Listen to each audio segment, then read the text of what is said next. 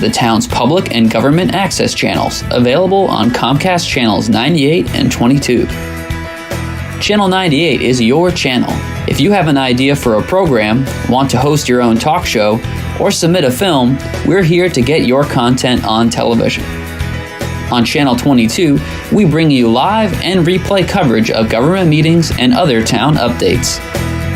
A third channel, Blue Hawk Media, is operated by SAU 16 and can be found on Channel 13, with all your school sports, events, and meetings. You can watch Exeter TV online at exeternh.tv, Apple TV, and on Roku. Find us on social media for extra content. Subscribe to our YouTube channel and hit the bell to get notified about live streams and new content. Tune in to our platforms every other Friday to watch the Exeter Biweekly Report, with recaps of recent events, updates from town departments, and messages from nonprofits in your area. If you head to our website, exeternh.tv, we invite you to sign up to our newsletter to receive monthly updates about new content, upcoming meetings, and more. We'd like to thank you for taking the time to watch Exeter TV and hope that you tune in to our other content as well.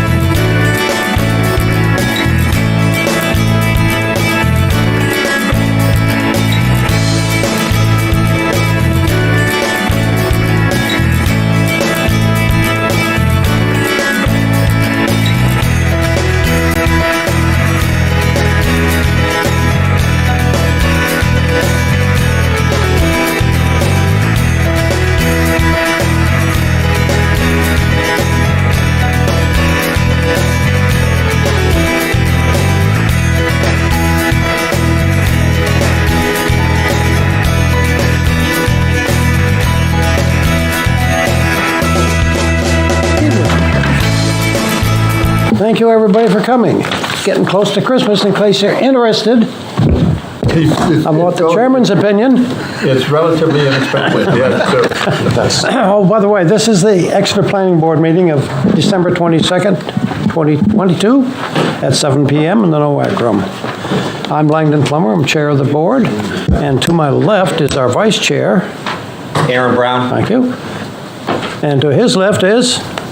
Nancy Malay, Board Representative. Thank you very much. And Peter? Pete Cameron, clerk, excuse me. And John Gruder. Jen Martell. And it's a pleasure to see Jen back again. She's been through the mill. Looking you. great. Okay, let's see. We have first a discussion of proposed zoning amendments for consideration on the 2023 town warrant, and I'll turn that over to our town planner, Dave. Thank you. The first I wanted to discuss was the townwide rezoning proposal. We discussed that at the last, several meetings. Yes. Last meeting, we had a presentation by Nate Kelly from Horsley Witten Group, who Bob is trying to get up here on Zoom, hopefully in just a second here. No formal presentation tonight. That was for the last meeting, but I just wanted to give the opportunity real quick for the board, if they had time to dive into the ordinance at all, if you have any questions. So I thought I'd bring Nate Kelly on to Zoom with us. So if you have any questions that, him or I could answer. Otherwise, I did provide a map that you have. That's the existing and the proposed zoning that was asked by a member to provide at the last meeting. That has been provided. So if you have any questions, we're here to answer them. If not, we have the January 5th public forum scheduled at the high school. We have childcare, thanks to the chair, Lang Plummer, who organized that through SST. We'll have some light refreshments and so forth, so hopefully have a good turnout for people who want to get interested in what we're doing and what potential impact it may have on, their properties. As I said, a lot of the goal is to reduce process potentially and give property owners a little more flexibility with their land. So that was the ultimate goal. So if you have any questions, be happy to answer them. If you had any thoughts, and then go ahead. Jen, you may have a question or two. I'm assuming that you were a good board member and watched all the video. I watched it, but I haven't digested it. Okay, we have time for that. We have time. Yeah, we have time for that. We'll post a public hearing on January 12th without objection. We'll have the public hearing, we'll have the forum on the 5th. We'll have a public hearing at the planning board on the 12th. We'll have a second public hearing on the 26th if the board so chooses. And then at that time, you can decide whether you wanted to move it forward or not. So we have time. We have several meetings, 2 planning board meetings and a public forum to go before we have to make any decision of whether it's ready for the 2023 warrant or you want to take some more time to absorb it and go from there. Yeah. So I know that the board's concern, I think, partly is the public being informed. It's in my mind, a major change when you're deleting such a great amount, but replacing it with something else. It's a very simple switch, but it can get complicated in the process. And I know we put together, or our consultants have put together, a method by which a person can find out where their property is and what it is, what the existing zoning is and what the proposed zoning would be for that area. But that's part of what we want to do in our meeting in January, is get public there to get some understanding and ask the questions. And certainly it'll all be involved with also EXTV, but anyway, it's... Yeah, and to that end, I've been impressed a couple of times. I've used Regional Planning Commission they have this public input.com software. It's like a software the way that pushes out and gets public opinion on things. And we used it for the downtown traffic parking. We did a survey a couple years ago, and then we recently have done it with the bike and ped master plan. And it gets both times have gotten almost 1,000 responses. So it's been a real, and I talked to the director, Tim Roach, and he was willing. I said, I don't really have anything to ask, but can we use that? If 900 or 1,000 people responded, then at least that amount are looking at it Yes. and saw it. So maybe they didn't, there's obviously people that saw it and didn't respond. I was like, just the fact that you can touch or get in touch with that many people is a great tool. So he said he could help us utilize it for the public forum on the 5th and so forth, and at least push it out, and not necessarily do a survey. And if we had to do a survey, we could say, do you know about the forum? Are you going to attend? Or something like that, make a simple survey. So I'm going to try to utilize that, because we've been usually, mentioning it at select board meetings, mentioning it, planning board meetings, any chance we get, pushing it out on, the website and so forth. But it just doesn't seem to get, the traction that this public input software has gotten. So I'm going to utilize that and try to get, as much input as we can. Nate, do you have anything to add while you're here, or? Nothing from me. I mean, we're looking forward to the forum. I know, Dave, you and I have talked about workshopping a couple of items within the current draft of the ordinance, just based on our continued work behind the scenes. But there's nothing in particular that I wanted to bring forward. Okay. Thank you. Yeah, just one thing that we've been working on. I told you about the neighborhood preservation district. Was basically, the goal was to kind of keep, those neighborhoods similar. They're mostly developed anyway. A majority of them are open space development, so they can't change. There's common land, there's common interest, so they're not changing. Even if one lot had subdivision potential, they can't do it because it's bound by rules when they were approved, and so they're limited to that. So I don't think it has much effect, but there's some of the neighborhood preservation that's smaller lots, and we're trying to figure them out. We did the flexible setbacks to give you a percentage of your setbacks, so you don't have to have the same setbacks if you have an 8,000 square foot lot as you do a 50,000 square foot lot.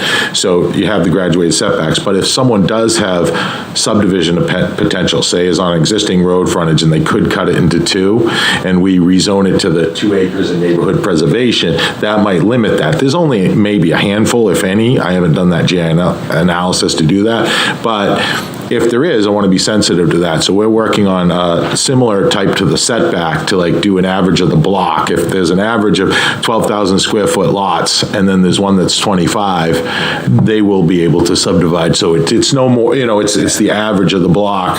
So it's not going to change anything and make, tuck a house in between. It's still going to be what the lot is. So we don't really want to take away that opportunity from current landowners if they have it now. Yeah, that's great. So we're still noodling on exactly the language on how to get there, but we'll get there. Yeah, we had a pretty robust discussion about Yes, we this did. last meeting, Yeah. so. I think we're okay. All right. Well, thank you, Nate. Make it, Nate. Appreciate Merry your Christmas. time. Merry Christmas. Merry Christmas. Have a great holiday, everyone. That's your work. So the It does. The second item on the agenda about the proposed zoning amendments is a draft of revisions to Article 9.4 floodplain development ordinance, and I'll pass it off to Kristen Murphy, Natural Resource Planner. Okay, Kristen, what a pleasure to have you with us this evening. She can introduce you. Great to see you all. So Kristen Murphy, Conservation and Sustainability Planner for the town of Exeter. I am not going to speak much tonight. We have partnered with Rockingham Planning Commission, and Maddie Diono is here tonight to present our proposed revisions. The goal of this is really to take a look at our zoning ordinance and, that's great, to take a look at our zoning ordinance and see the best ways that we can prepare our ordinance for future climate conditions. So Maddie, I don't think this is working, so I'll do the slides. Okay, no problem.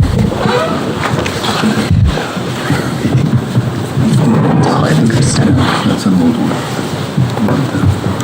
All right. Well, good evening, everyone. Thank you for your time this evening.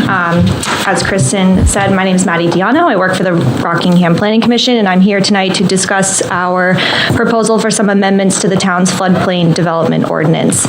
As for a little background as to why I'm here, as some of you might know, the Rockingham Planning Commission receives funding from New Hampshire DES Coastal Zone Program to provide our coastal communities with some technical assistance, largely within the areas of climate adaptation, coastal resilience, resiliency, water resource protection projects, among other areas. So I was able to use that funding as the Planning Commission to help with this project here in Exeter. So that's a little bit why I'm here. Last summer, I took some time to review some of Exeter's planning documents, so your master plan, your climate vulnerability assessments, your hazard mitigation plan, and I met with your town staff, Kristen and Dave, and we had a discussion about opportunities for the RPC to help move the needle on some of the goals and the recommendations that came out of those planning documents. And so after that discussion, we decided to revamp the floodplain development ordinance.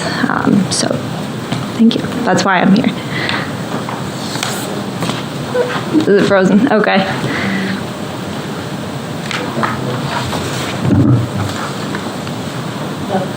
Okay, no problem. No, I didn't. Okay. So as far as the changes that we are proposing, there's really three big changes to the ordinance, and then we did take the opportunity to incorporate some minor administrative clarifying revisions to the ordinance.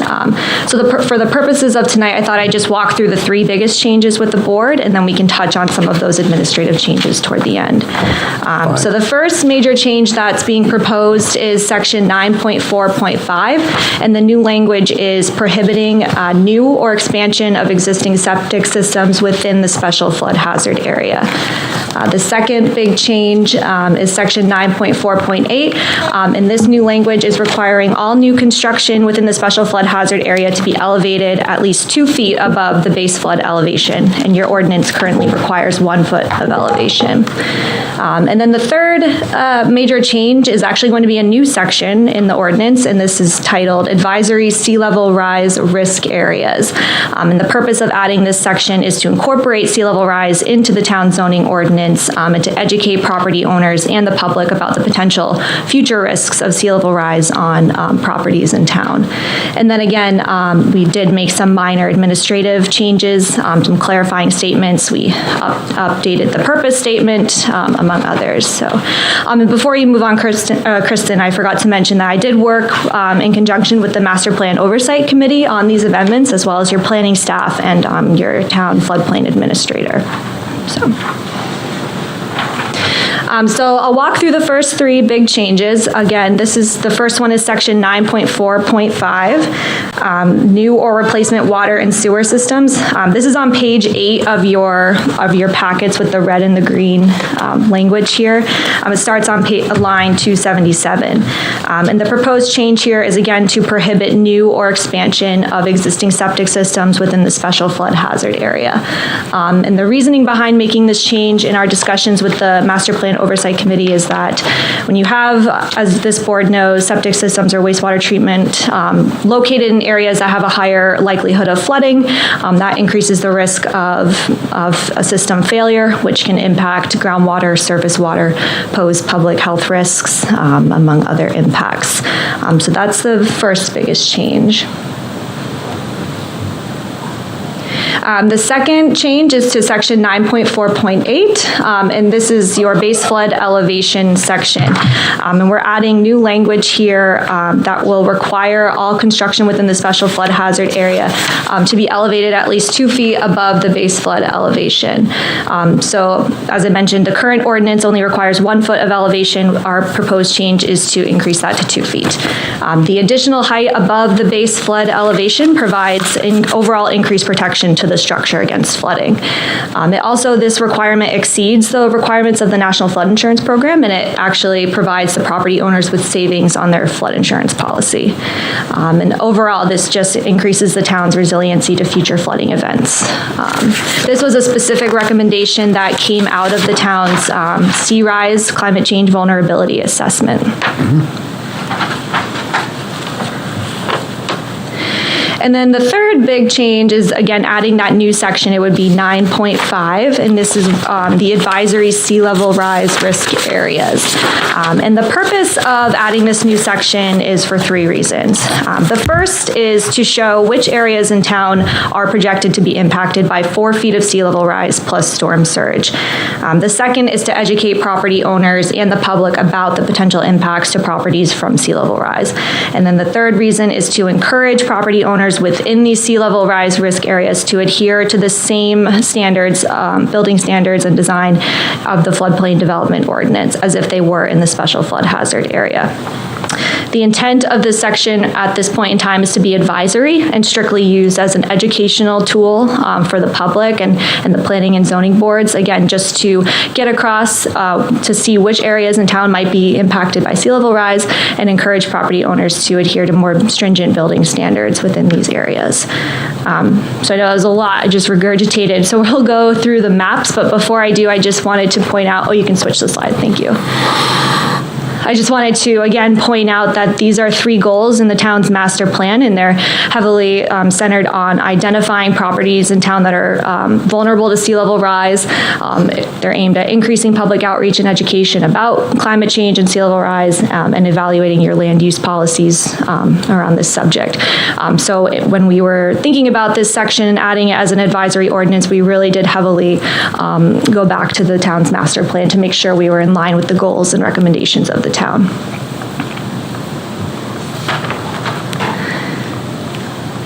So getting to the sea level rise risk area. So you have 2 maps in your packets, the pink and purple.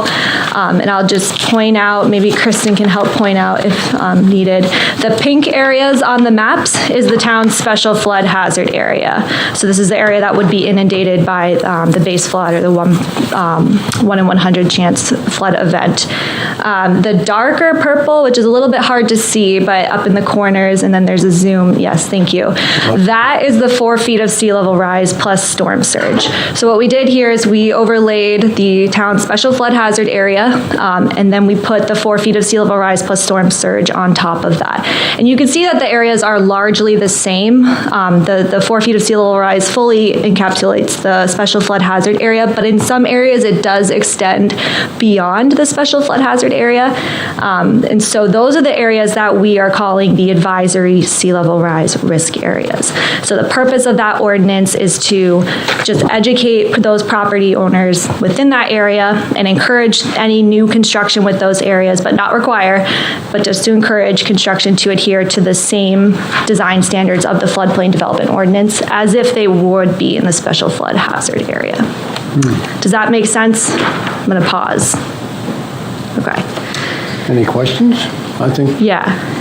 I know that's a lot of information right up front, so if there's questions about that, let me know. So that's what we're talking about. And just to give you a better idea, I did, if you want to switch the slide, of different colors to show that the 4 feet of sea level rise, it fully does include the special flood hazard area.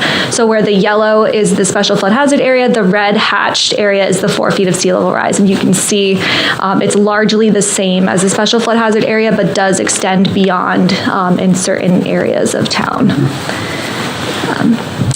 Next slide, please. And then as I mentioned throughout, we did take this opportunity when incorporating these larger changes to go through and do some cleanup, to make some administrative changes. I did work with the state floodplain management program. They looked at the ordinance. They provided some feedback on updates to definitions, some clarifying language here and there. So we did take the opportunity to incorporate those as well. So that's a summary of the changes that are being proposed. I'm happy to take any questions. And I worked closely with Kristen and Dave on this as well, and the oversight committee. So I know several of you are already up to speed. Half your board now. Yeah, I was going to say, it was a lot of It's good to know that you do meet. They did a great job incorporating our suggestions, working with us, but it's pretty intricate, so. It is. It's not a first blush kind of thing to understand. Absolutely. But it's really forward thinking, which is great. Yes, and that's the intent of the advisory areas, is to be proactive in educating landowners and property owners. I will say the time frame for the 4 foot of sea level rise impacts is 2100 based on scientific projections. So this would be a very proactive measure to incorporate into your zoning. But in the future, the town could decide to expand on this. You could create a coastal hazard overlay zone. You could put in some specific performance standards for those sea level rise risk areas. You could institute a conditional use permit criteria. But for now, it's proposed to just be an advisory educational tool for land use boards, property owners. part of the safety and welfare of the town. Yeah. Our responsibility. That's good. Yeah. Any questions? Comments? I'll say thank you. Oh, of course. I was expecting some questions, okay. Dave, did you have anything you wanted? I'll finish with, we'll also post this as a public hearing for the January 12th meeting. We're not going to have a forum on it. I mean, it's 1 foot now, we're making it 2 foot, and I know there's an advisory area, but that's what it is, advisory. It's not, it's not regulatory in any way, so I didn't feel, we didn't feel having a separate public forum on this, but, was warranted, but we'll have a public hearing on January 12th, January 12th, and go from there. We got ahead of myself. We got plans for the 4th already? Apparently. Well, good. All right. Thank you. Thank you very much for your time and working closely with us and our master plan. Again, we hear that more and more. Thank you, committee. Yeah, thank you. Nice working with your people. Yeah, we're lucky. Okay. Let's move back on the agenda and take on the minutes of December 8th, our last meeting. We have these in our packet. So, Pete, did you have time to read those? But I wasn't at the meeting, so I'd have to abstain from voting on them. I thought you could find some grammatical things. You can vote. Any comments? On line 88, Yes, John. Mr. Brown noted Portsmouth Ave and residential improvements there are not ever going back. What does that mean? Do you remember what? I didn't say that. It sounded like something you'd say back then. I don't know what it means. Weird. I read what he surmised in a lot of my comments, which I do when I review the minutes on, and there's a definite summarization of what I said. I said a lot about that particular issue. Anything going in my side? You want to change it? Anything? No, I think it's surmised by line 87, which says zoning should be enforced. Yeah. As long as that's in there. And that was one of your points that evening, yeah. So it's recorded, it's videoed. It's ready to go to court. Yeah, it's really that was just really a discussion anyway about the zoning, Anything else? I'll make a motion to approve the minutes of December 8th. Thank you, John. Thank you. 22. All right. Voice vote on this one. Those in favor, please indicate by saying aye. Aye. Opposed? Abstentions? Yeah. 2 abstentions, Jen and Pete. All right, motion carries. Thank you. 402. All right, next we go on to a continued public hearing on the application of Jerry and Christine Sherritt for the subdivision of an existing 24.62 acre parcel located at 100 Beach Hill Road into 7 residential building lots. The subject property is located in the RU Rural Zoning District. It's tax map parcel number 13-1, and it's planning base case number 22-14. And being continued, the floor is yours. All right, good evening, everybody. For the record, Eric Sari on behalf of the applicant. I have Jerry and Christine Sterrett with me today, and I hope this thing, it wasn't working the other night at zoning board. Oh, I skipped Dave, didn't I? Do you have some comments, Dave, I'll let you figure it out. Yeah, I mean, we've had a few meetings on this and a site walk, but I will say in response to the board's comments, the applicant has provided revised plan supporting documents. Basically, they've been revised to remove 4 of the proposed lots, combine them with the existing lot that was not part of the prior subdivision. So 3 new lots will be created. 1 will include the existing house in the corner, and 2 will be new buildable lots along Old Town Farm Road. The absorbing, they did have a few waivers. One is no longer needed, so they need 2 waivers. One from the open space development, because they are subdividing a parcel over 20 acres, which is, open space is required. There was some discussion about the old way had an 18-acre leftover piece that would not be subject to the open space development. Right. But now with the absorption of the existing lot that wasn't part of the subdivision with the remaining land is now over 20 acres and would be subject to the open space development if they came back to develop the remaining parcel. So that's all I have. It's like I don't have to say anything. This is great. I think we're to that. Right. There is one issue that I did want to bring up, and it's really at the board's discretion here. In my opinion, this qualifies as a minor subdivision because we're turning 2 lots into 4. In that case, the second waiver for the 100-foot perimeter buffer would no longer apply because it's not applicable to minor subdivisions. So that's an interpretation issue that I'd welcome you guys to think about and comment on. What do you think, Dave? Well, I'm going to find out here in a second. All right. That's why he gets paid the big bucks. That's right. Do you want to keep going while he looks at it? Yeah, keep Yeah, I going. mean, as you can see on the plan, we've kept the configuration the same on the left-hand side. We're still cutting off 1 lot for the existing house at 100 Beach Hill and the 2-acre lots below that. Obviously, on the right-hand side, those 4 acres in the woods are all gone, and that remaining land has been consolidated with the Starrett's residence at 98 Beach Hill Road, and that parcel is over 20 acres, so that satisfies the question about what could become with this parcel in the future. It would still be subject to the current zoning for open space subdivisions. Right. And this is right where the Starrett's want to do because they did not want to develop the entire parcel. The only reason we saw those extra lots was because we heard about an impending zoning change that would increase the minimum lot size, and they were trying to beat the clock. And that's not happening now. So they're happy to take those lots away. I can read the definition of minor subdivision, Dave, if you want to start there. I got it. Okay. I got it. So major change to what you're proposing. It's more I mean, major in terms of what we looked at. in terms of considered in the this scope, case. yes, absolutely. And our concerns, actually. And we have a plan that shows what the request is, or the proposal is. Of course, yeah. Yep. So I think, for me personally, my concerns were all along that slope, which I was very open in discussing, you and the applicant, both here and at the site walk. So I think if this meets the property owner's needs, this is a really satisfactory outcome. Yep, they're obviously amenable to it, and as I explained before, they do have power of attorney over the big lot, which is Christine's mother's property. Yeah, No, I think it's a really good.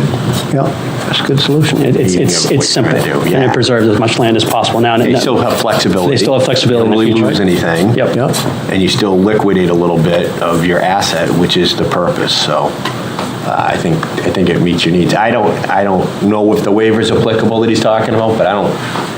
100-foot perimeter buffer is not. So they got 1 waiver. Still, the open space development applies. right. Because you are dealing with a lot, they are subdividing a lot over 20 acres. Yep. Talk about that? Let's talk about it. All right. Well, we explained it last time. In this particular case, we've got 2-acre zoning all throughout the rest of the neighborhood. We've got an existing house at 100 that really kind of dictates what happens with that particular space on the lot. And then you've got areas of field to the south of that, planned south, that really have only 2 buildable envelopes. You end up with 2 units no matter what, because that's all we can fit. So in my opinion, given that it's all field, it should just stay as part of a lot versus just an open space, which is something that we're not looking at for the rest of the parcel. We're not looking to do a cluster out there with 8 units or even more units with a roadway. This keeps it simple. We've got the adequate frontage, and it fits with the neighborhood, in my opinion. So, Yeah, I think this is about as simple as you've seen in a while. to me, the open space ordinance is trying to preserve some land and conservation, and this plan essentially does that, because you do still have 20 acres of undeveloped property remaining, and actually fewer units, which isn't necessarily the purpose, but fewer units on the site ultimately, which I think is the desire of the property owner. So I think from working with a property owner perspective, it makes a lot of sense. I think we have to probably talk about the criteria of the waiver. Yeah. Do you want to open it to the public, Brian? Yeah, sure. Let me open this to the public before we get into this particular detail. If there's anyone that would like to discuss this or have a question or a comment they'd like to provide for us, please step to the podium and introduce yourself so our observers, TV watchers at home will know who's speaking and that we will know who's speaking. And so if you'd like to speak at this time, please step to the microphone. Seeing none, I'll close the public portion of this session and bring it back to the detailed discussion on why we should, meeting the standards, the 5 standards for that waiver to be approved.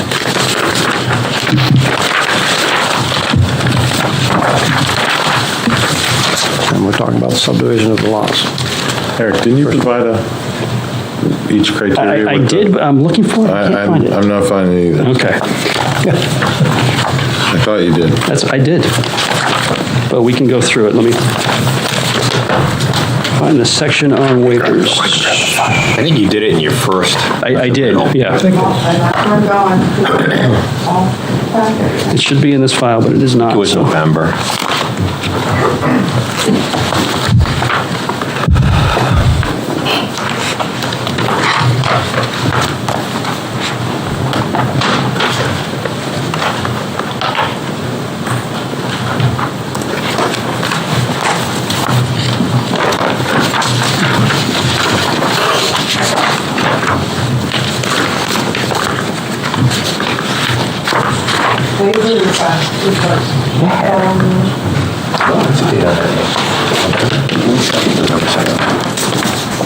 Okay.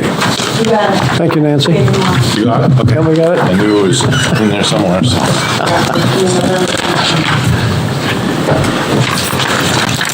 Okay, we started with 3 waivers. 2 of them are now off the table. Sorry, 4 waivers. Waiver number 4, which is subdivision regulation section 9612, which requires a 100-foot buffer strip. No, sorry, no, that's not the right one. All you need is the, It's the zoning one. for lots of record greater than 20 acres.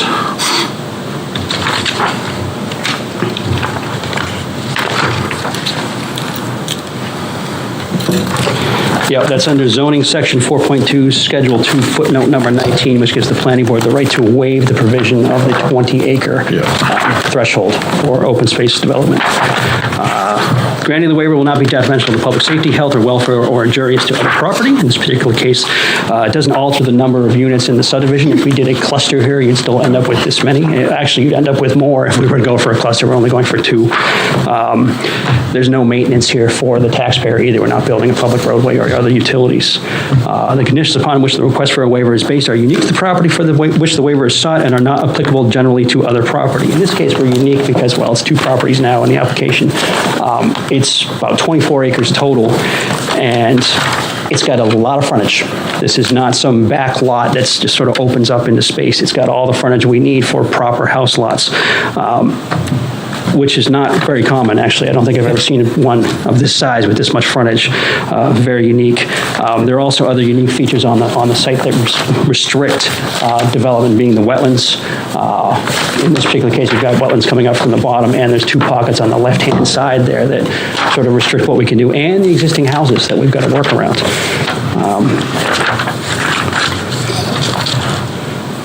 Because of the physical surrounding shape or topographical conditions of the specific property involved, a particular hardship to the owner would result is distinguished from a mere inconvenience if the strict letter of these regulations are carried out. In this particular case, to do a cluster, we'd have to do a road or a common drive, something like that, which is a lot of infrastructure to pay for and construct and maintain, given the situation that you are aware of in their personal finances and given the mother's situation here. That's a pretty big hardship to them right now. Now, removing those 4 lots changes this request a little bit, obviously, but the property is still unique in that regard, where we've got the frontage and existing structures on the left-hand side. And again, building a road for the sake of building a road really isn't necessary when we have adequate frontage to the property. Granting of the waiver will not be contrary to the spirit and intent of the ordinance. This does meet the spirit of the open space ordinance where we're preserving, or at least not developing at this time, the remainder of the lot, which is over 20 acres, which will be combined with the existing house. You can't do anything on that lot without a variance to allow for another structure, another dwelling, or a subdivision, which would have to come before you. And as we've already discussed, the acreage is over the 20 acre threshold. You still have to do the open space, unless you did waive that in this case. The waiver will not in any manner vary the provision of the zoning ordinance or master plan. Again, we're only going for 2 lots here. We could go for a lot more. And my whole argument here, again, is tailored to the 7-lot layout that we showed before. This is a significant reduction from the number of units we would be allowed if we did the open space. That's it in a nutshell. Okay. Entertain any questions, discussion? Any questions? The tree one doesn't apply? No. No, we figured out it's only for the developed area, and in this particular case, the 2 new house lots are all You know, field. there's no trees. Yeah, no trees. Measure Pretty that. open. Well, Yeah. yeah, and it's just not that. It's because the only reason we triggered it was because of the steep slopes. Okay. They were proposing to develop it on it because we showed them, and then that would trigger the need for a waiver. But Yeah. No need. in this case, just lines on a map that it's not needed. And there's no steep slopes over there anyway. So I'm okay, so we can do it if you want to speak to it a bit. Do you want to talk about it, Lang? The waiver request on the board here? Yeah, sure. Any questions or comments, thoughts about this? So I Dealing think with on this It the, seems relatively straightforward. yeah, I'd say on the waiver that it's a unique situation. It's unique. There's a lot of road frontage. They definitely worked with this board to, in my opinion, improve the overall project, hopefully meet their needs still, and protect the interest of the town. I think not granting the waiver regarding open space would be contrary to the intent of the regulation. Yeah. The regulation does still apply to the 20-plus acre parcel that remains. Oh, yeah, So, yeah. But for this, no. Right.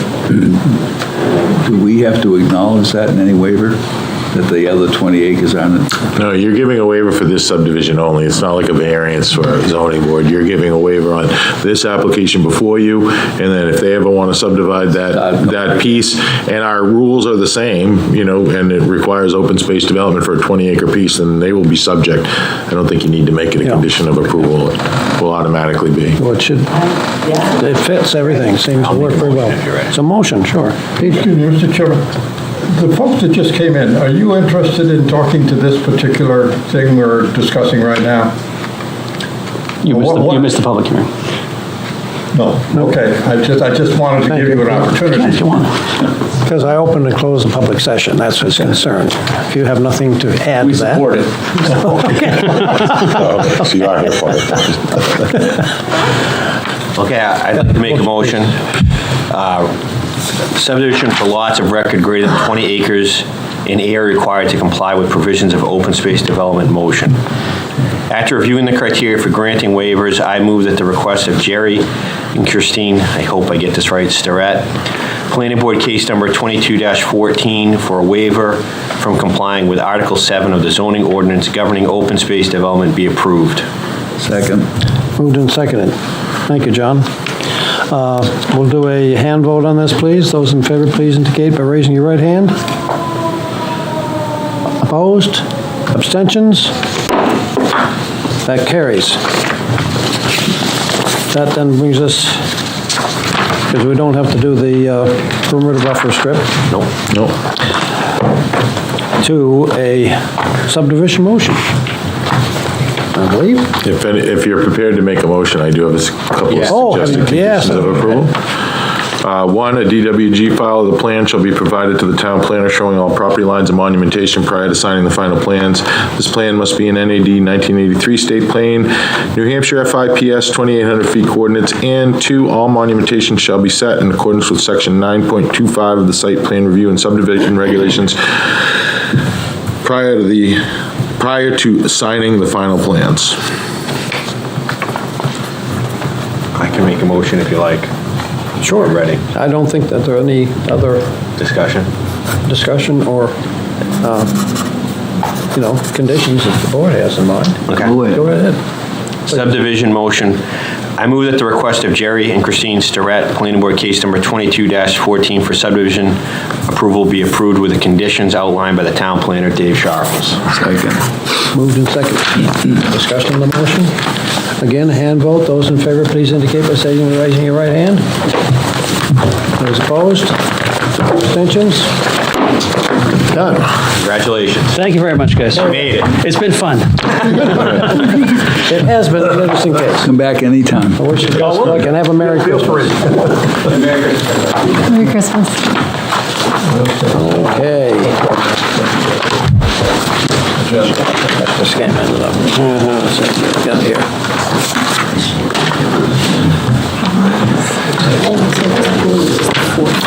Next on the agenda is application of Todd and Corinne Campbell for a lot line adjustment to the common boundary line between the properties at 8 Hillside Avenue and 6 Hillside Avenue and 8 Hillside Avenue. Subject properties are located in the R1 low-density residential zoning district. Tax map parcels 97-5-8 and 97-5-7. Planning Board case number 2218. And I'd ask Dave if this case is ready to be heard. It is, but I just want to make sure, is someone here to represent this tonight? You are, hey, all right. Hey! Okay, didn't want, remember what happened last time, so, okay, so. Be there too. Yes, it is ready for review purposes. All right. Then I'd like a motion to hear the case, please. Also move. Second somewhere? Nancy, thank you. Voice vote, those in favor, please indicate by saying aye. Aye. Opposed? Abstentions? The ayes have it. And Dave, you have something to start off with, please. Yeah, I mean, it's pretty straightforward, lot line adjustment, allow the conveyance of 2,128 square feet of lot area from the property at 6 Hillside Ave to their property at 8 Hillside Ave. There are no waivers being requested or required in conjunction with this application.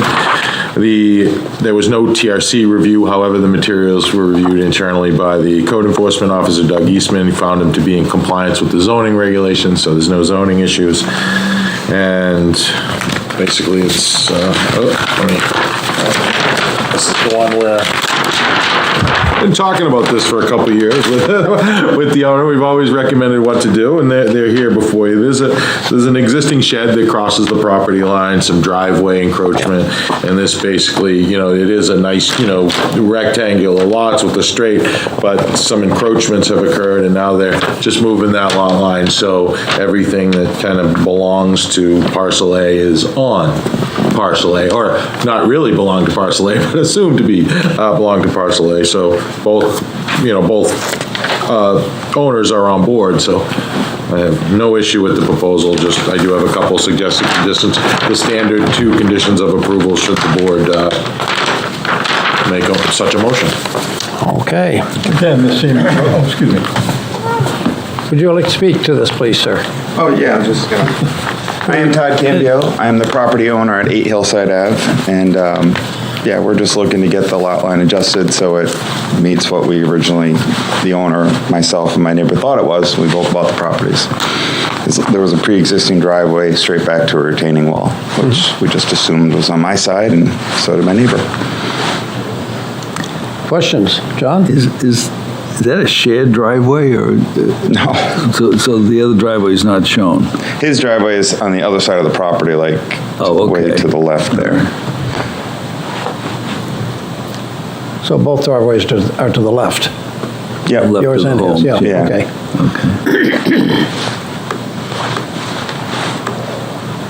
Pete, did you have something? No, I was just saying, once again, it seems relatively straightforward. I think so, yeah. Yeah, the big thing is Doug reviewed it, so. Yeah, and once he. It brings this more into alignment with what it should have always been. Clearly, something fell through the cracks, right? Yep. Do you have any questions? No, I don't remember what you said. What's your condition? No conditions? DWG file, same as every one of them. DWG file, the plan shall be provided to the town planner showing all property lines and monumentation prior to signing the final plans. This plan must be in NAD 1983 State Plan, New Hampshire, FIPS 2800 feet coordinates, and all monumentation shall be shown on the final plans and set in accordance with section 9.25 of the site plan review and subdivision regulations prior to signing the final plans. Okay. Motion if you Make a motion? All right. Lot line adjustment motion. Did you open this to the public? I don't think you did. No, I didn't. Yeah, yeah, we did. Yeah, we Did you look No, for I public didn't. comment, though? We did keep, yeah. Yes, he Now did. we get it. Okay. All right. Really? Did you open it for public comment? I don't didn't think hear him so. do I didn't either. I will open to the public, Yeah, just to make open sure, to you the know, public, just to make- cross the Ts, dot the Is, and everybody has a Merry Christmas. Would anybody like to speak? Please step to the microphone. Did you believe in Santa? And I believe in Santa. And state your name so we know who's speaking. Sir, see, I knew somebody had Hi. something to say. My name's Wendell Ring. I live in downtown on Water Street. Oh, good. And I support this immensely. It clears up the lot lines and it makes it a lot easier and a lot simpler for whoever's concerned. So I support And neighbors this. to get along, huh? You get along. Yes, right. All get along. Thank you, sir. Thank you. Thank you. Anyone else? Hearing none, I will close the public session. All right, I'll make a motion. Lot line adjustment motion. I move that the request of Todd and Corinne Cambio, Planning Board case number 22-18 for a lot line adjustment be approved with the conditions as outlined by Town Planner Dave Sharples. Second. Moved and seconded. Hand vote, please. Those in favor, right hand up, please. Vote, thank you. Opposed, abstentions, unanimous? Thank you very much. You're all set. Thank you. Thank you. Well, I have to do a little paperwork. Merry Christmas. Happy New Year.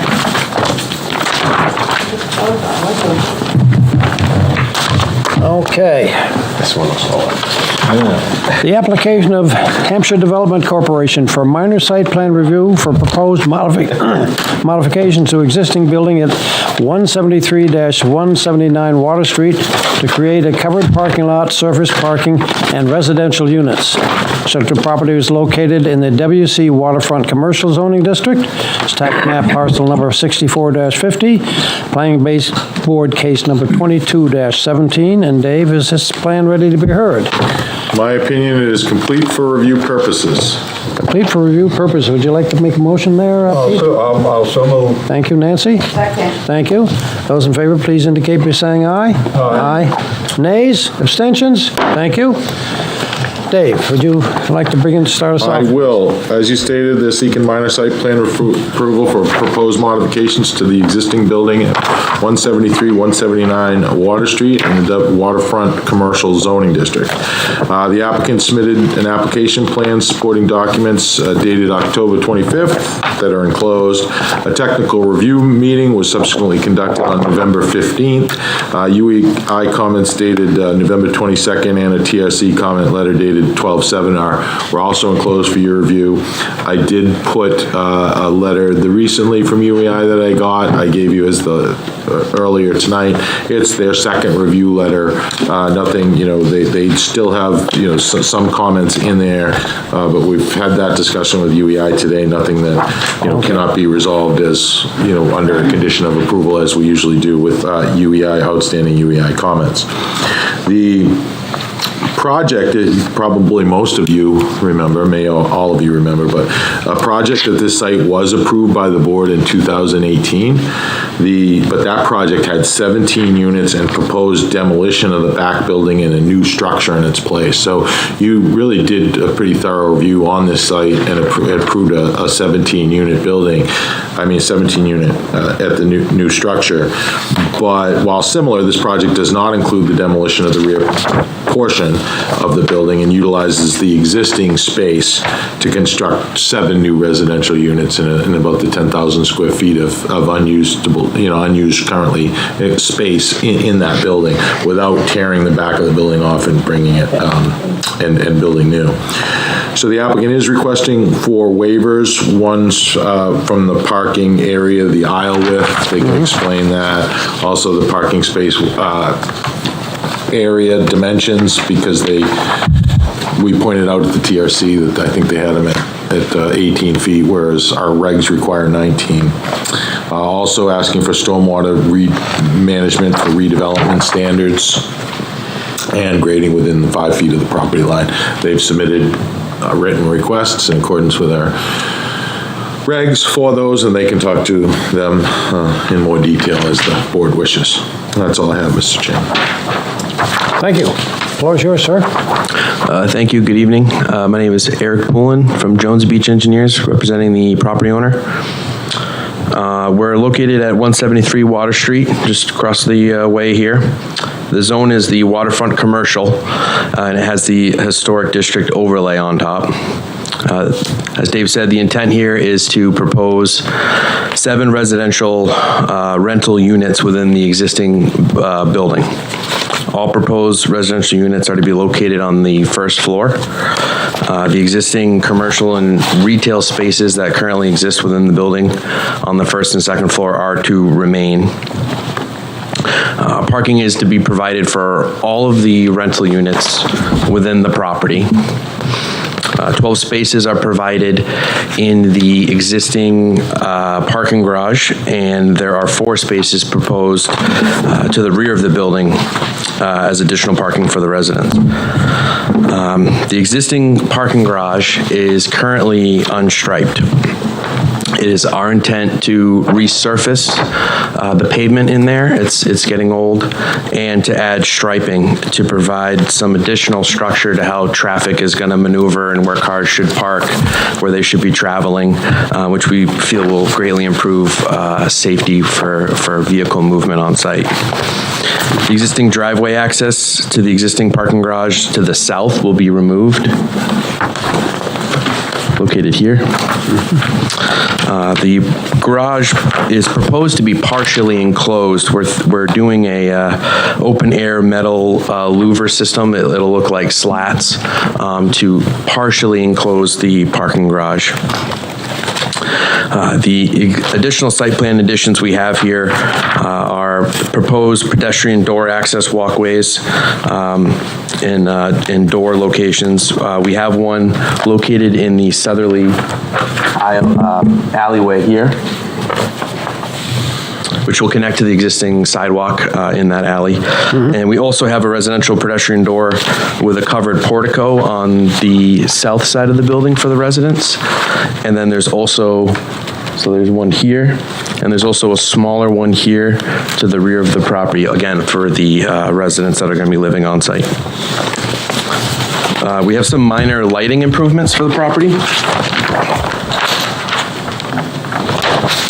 We're just proposing small underlighting for the pedestrian porticos, so they have some lighting right at the door. And also 3 downcast lights for the garages for the vehicles. There's 2 garage doors, on the north side here that are proposed. This parking here is double stacked, so this row will access from the driveway through those garage doors, and then there will be a main garage door here to the rear where this drive lane comes in, and then those vehicles can turn left and turn right and get into those second and third rows. Oh, I see. Yeah. Several landscape islands are proposed. These are located around the proposed parking area in the rear and then around the residential access doors. Stormwater is directed via sheet flow to a proposed deep sump catch basin with a grease hood. That flow is then directed in a closed drainage system that heads north and into a existing settling chamber system to provide additional treatment. This then discharges into the river. The site currently has all required utilities already existing. There's several businesses currently operating within the building. The site is located in the waterfront district. It's a very dense, as the board knows, it's a very dense area of town. Due to this, there's several challenges in following the regulations strictly. Due to this, we have several waiver requests for the board this evening, and I have included criteria responses for those. As Dave said, it is worth noting that the property did have a site plan approval a few years ago. It was for a much grander attempt at something similar to this. This is a scaled-down version. As part of the project, there was a wetlands permit secured due to the fact that we're in the shoreline buffer. That was secured through the state. It's still active. It's active till 2024. Our intent is to finalize the site layout with the town, and once that's done, we could execute an amendment to that active permit to be within the shoreline buffer and have a disturbance within the buffer. We had communication with Kristen Murphy and town staff. I explained to her what we were doing and that there was a reduction in impervious area from the wetlands application that they saw a few years ago that had to go to Concom. And she said due to the reduction in impervious, that the Concom didn't need to see the site plan again. Okay. In conclusion, we feel like this is a good use for the town in this area to provide some additional residential units. We feel like it's a relatively small change. The majority of the work is going to be internal to get the apartment buildings laid out correctly. Minor changes to the exterior, just the addition of the couple doors, restriping and resurfacing the garage, and then those few proposed parking spaces outside. The parking spaces outside, in total, the net increase on site for impervious is under 1,000 square feet. So we feel like very small impact, and we feel like it's a good use for this property. And with that, I'm joined with members of the property ownership that can speak to the site plan if needed, and I'm also available for comments or questions from the board. Thank you for your time. Okay, thank you. Questions? Do you want to open it to the public first? Or no? No. Okay. I'd like to get them started up. Greasing the skids, are you? Well, I happen to be one of those who sat on that one back in 2018. And Dave, I should have gotten in touch with you as to discuss what conditions were attached to that original approval back then. Basically, all the ones that I've come prepared to suggest to you if you get that far. So they were all the standard conditions. Okay, so they were all the standard special ones. I do recall. There was one special one because, as you will know, can you go to the site plan, please, on the PDF, please? I mean, on the PDF on the screen. So one thing we noted, which is basically the same, is to show where the property line is, the one with the property line and the parking stalls. So basically, while he does that, basically a portion of the two parking stalls, the two most northerly parking stalls, are actually encroach into the town right-of-way. Yes. And the town right-of-way is controlled by the town, not the applicant. Yeah. So back then, we told them, and they started the process, but then they never finished it. And it was an easement or other form of permission shall be secured from the town of Exeter to allow the use of the town right-of-way for a portion of the two most northerly proposed parking stalls. This permission shall be secured and executed prior to signing the final plans. So it is necessary that they would need, to build this out, they would need town approval to be in the right of way. That I don't believe the planning board has that authority. Was there also, I thought there was some issue about location of utility lines. There was. They were doing a pretty more robust sewer service and so forth, so they were relocating a lot of utilities that are not part of this project. Okay, that's what I thought. There was an in-depth discussion about that, but those issues aren't. That's a lot of reason maybe why you're seeing this and that one didn't go. That was the second floor. Yeah, but once again, I just wanted to be sure that we haven't missed something. We did have a TRC. This was reviewed by UEI, was reviewed by the town engineer, myself, code enforcement, and so forth. And they are doing a little bit of sewer replacement, but not even close to what they needed to do before. I think there was another sewer manhole in the last one, so there was some pretty significant changes that was required, that's not required in this case. Because once you talk because of the downsizing, most of those conditions or issues are not applicable here. Correct, because of the number of units that are being proposed. It's a much simpler approach. John? You finish. Now, in the original plan, you had a dumpster too, I believe, right? And now it looks like you're going to be using barrels? Yeah, They get wheeled out to the front of the building every week, is that?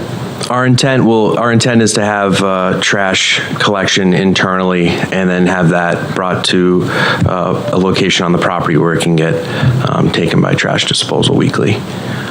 So that's the intent. Yeah, privately, yes. I believe there was a dumpster, because we Yes, there was. went around on that. There was, yeah. This is, I guess. And there was another couple of spaces on the lot to the east, so, yeah, it was a lot more complicated than this one.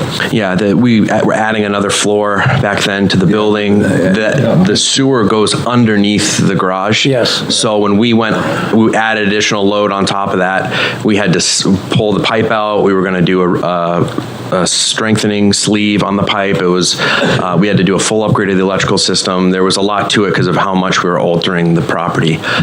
This iteration, the building is largely staying intact. It's mostly internal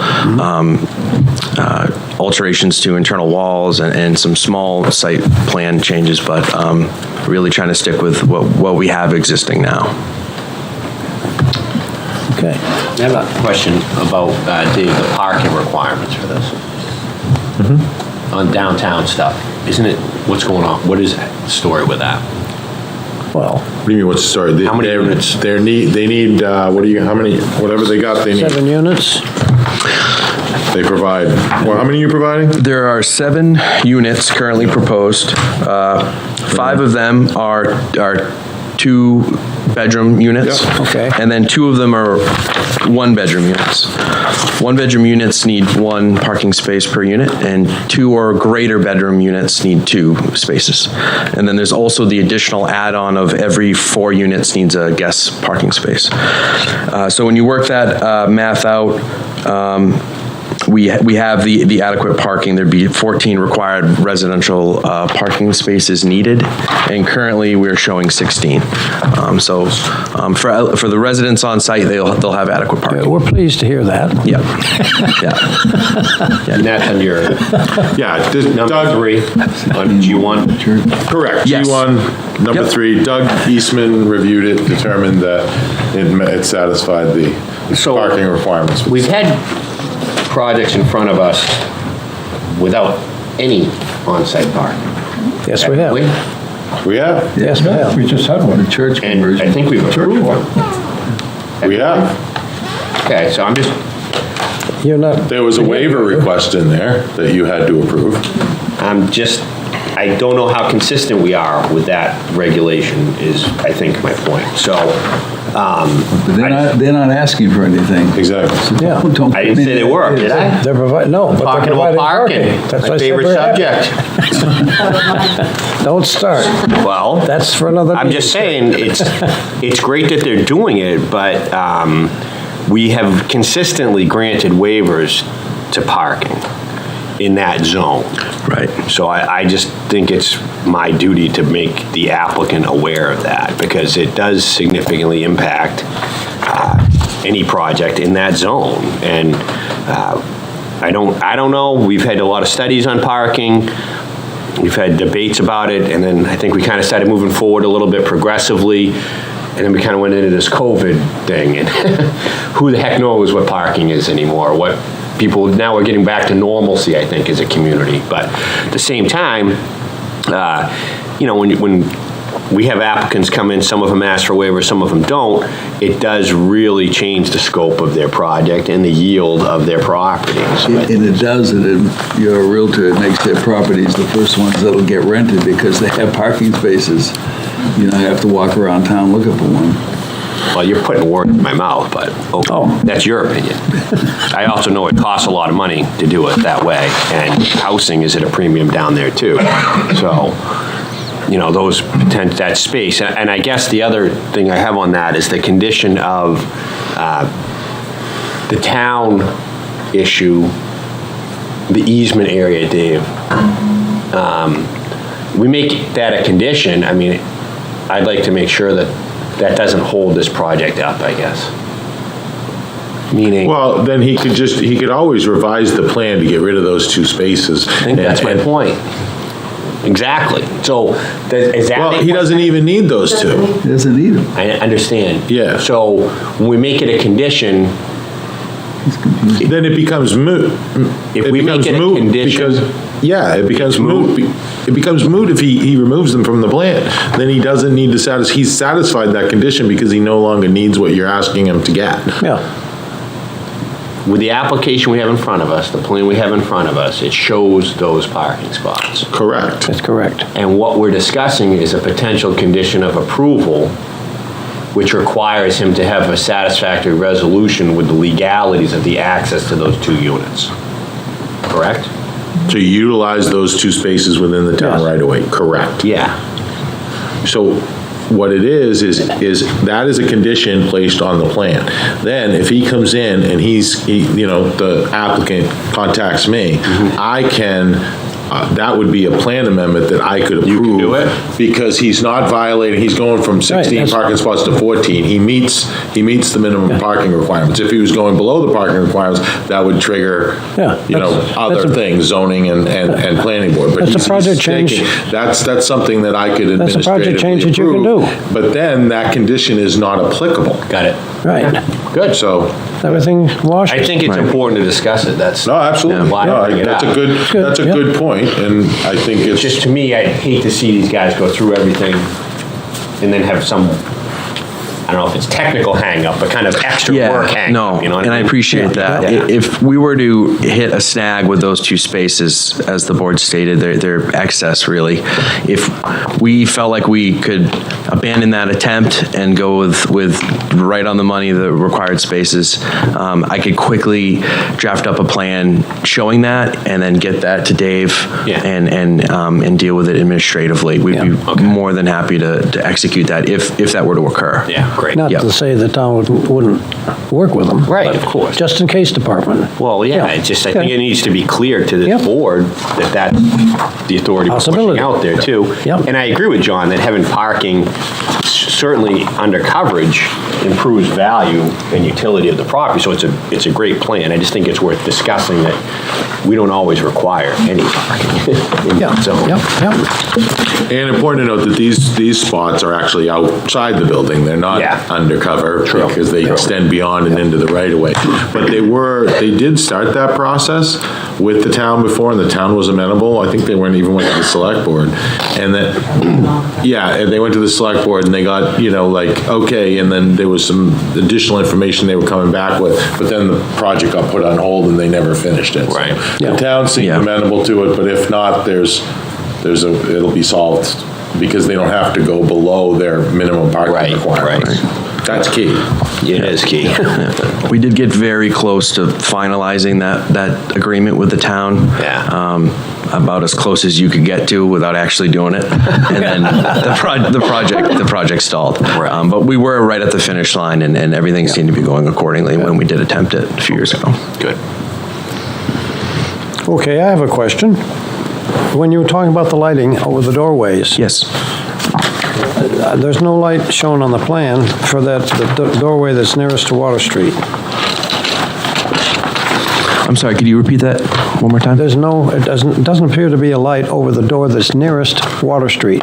The first door going down the walk there. Oh, that one right there. This door location. Yeah, that door is not one of the primary access points for the residents. And we were doing the lighting. Our primary focus was residential safety and light so that they could comfortably utilize their doorways and move their vehicles. So that's more of a secondary doorway. So we didn't feel the need to add a light there. It's very close to the property line. So, we were trying to be respectful of light trespass, and we wanted to focus mainly on what the residents needed to feel safe going in and out of their units. Okay, so you basically, you see the movement of residents coming in the back, well, I'll call it the back, towards the back of the building, okay? Yep. That'll be their primary area of egress. And Does that go into the commercial space? Almost looks like it. That side door? That side door? Yeah. I'm Steve Wilson. Will you step to the microphone, please, sir? Right. We want to make sure that our viewers at home see who's speaking and what he has to say. Okay, so I'm Steve Wilson. I'm the co-owner of the property with Kevin Jones right here. We have a few other properties in town. And Shane Forsley's here from the construction company, just in case you had questions relating to that. The side door that you're talking about closest to Water Street is really a one-way door. It's an emergency exit for the retail spaces up above. So it's really wouldn't be appropriate to light it on the outside because somebody wouldn't be able to get in that door. And as is our way on several, the projects that I do, as opposed to putting like sconce lights or something that can provide light pollution to the neighbors, because it's only about 25 feet to the next building, we would light it under a canopy, and that canopy just provides a little bit of protection to the to somebody coming in while they get their keys or get their mail, but also the light is directed down to the stoop. So so that's just one of the methods that we use to do that. And that canopy, just so you know, is the only addition to the building or expansion of the building is its exterior canopy. So when they say not many changes to the facade, there really are none. We have been through the HDC because I thought you might ask that, and we've been approved for all the new fenestrations in the building. So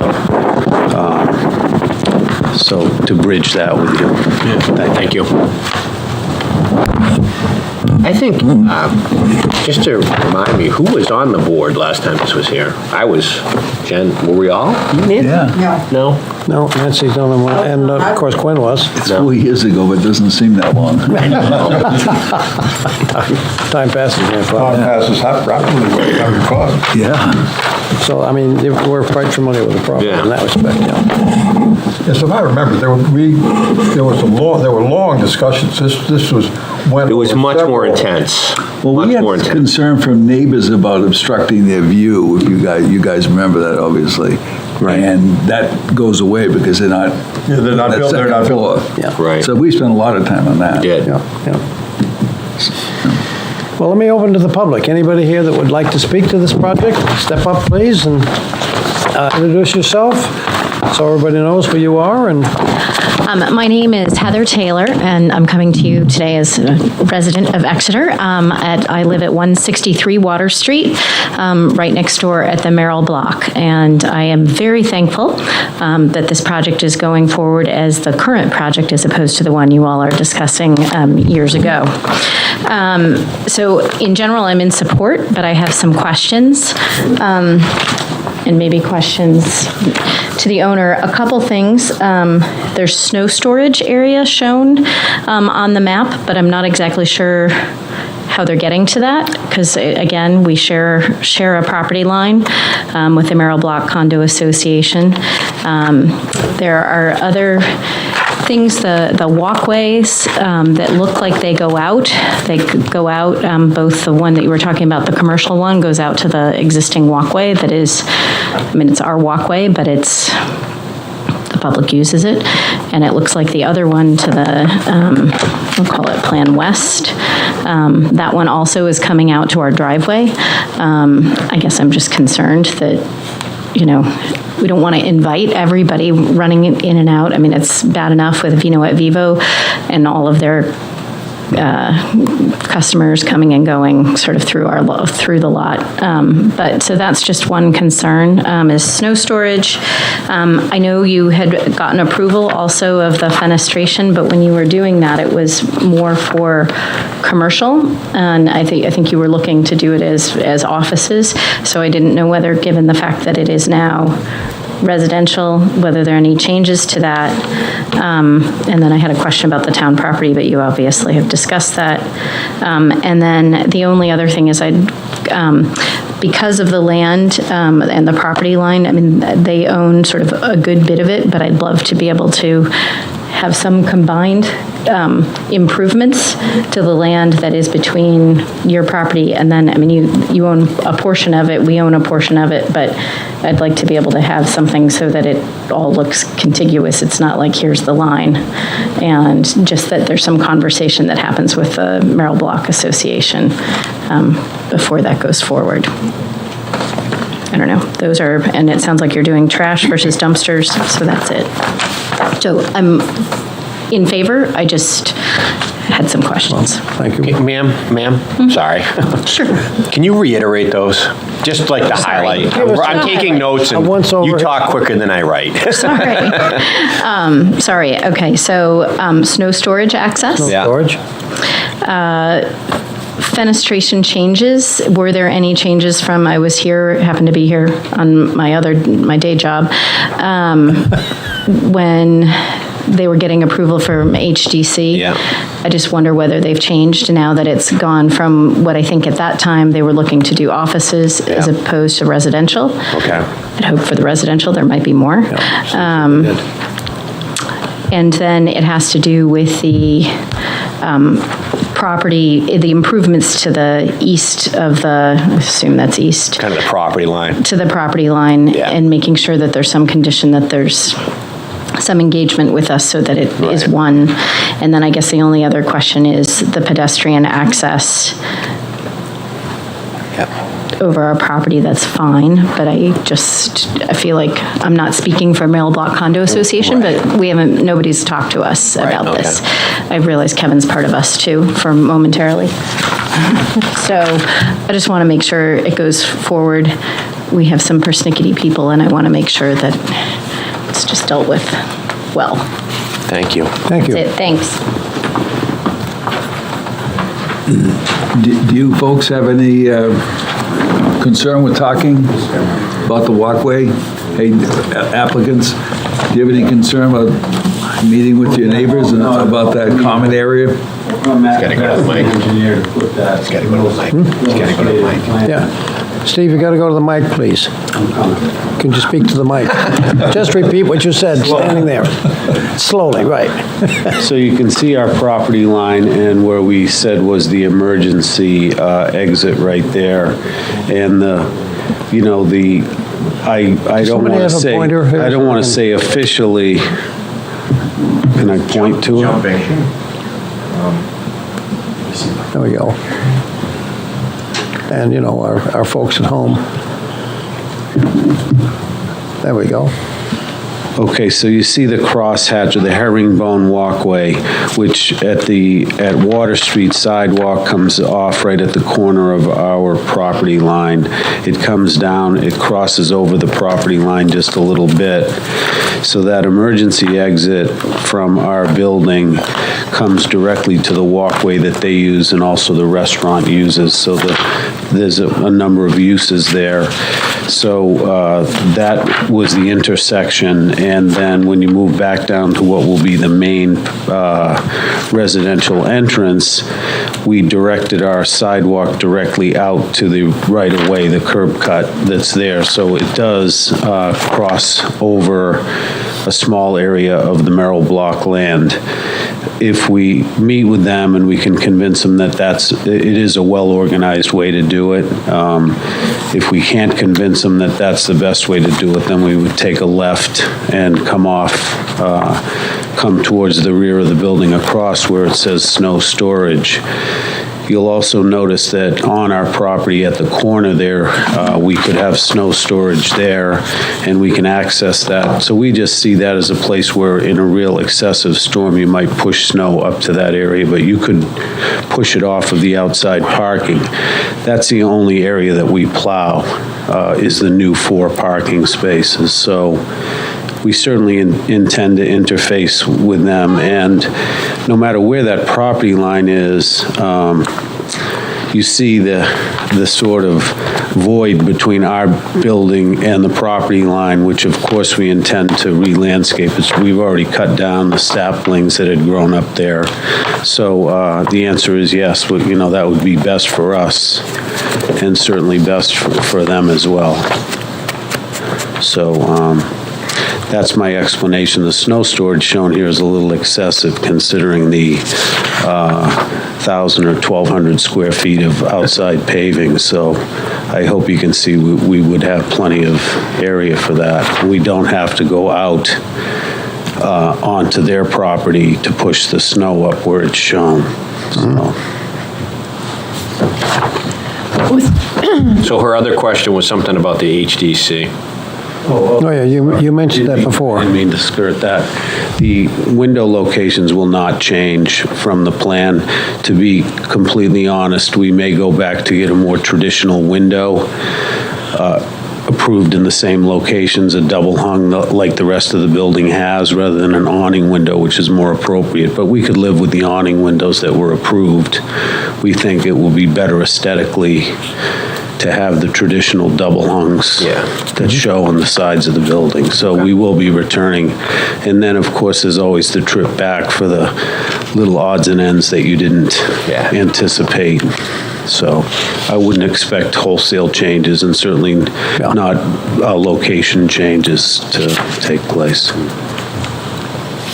Thank you. Thank you. That pretty much. So I think one of the challenges that I find when we have property lines like this where someone's doing work, one of their waivers regards grading along the property line, we are all aware of that. But when you talk about doing improvements and you have an abutter talking about maybe doing improvements on their parcel versus this property in front of us, we can encourage them to meet with the neighbors. Yes. And try to work together and make it aesthetically pleasing for all. Because that works best. But that's about all we really, I feel, should do. It's hard to put a condition on an applicant that requires a resolution unless we define it here and now. Right. I really don't like it when we put something nebulous out there, and I know Dave is of the same mindset in that regard, because we all have different interpretations, right, of what reasonable is and everything else. So, and you have multiple ownership type properties here too. So, just want to bring that up.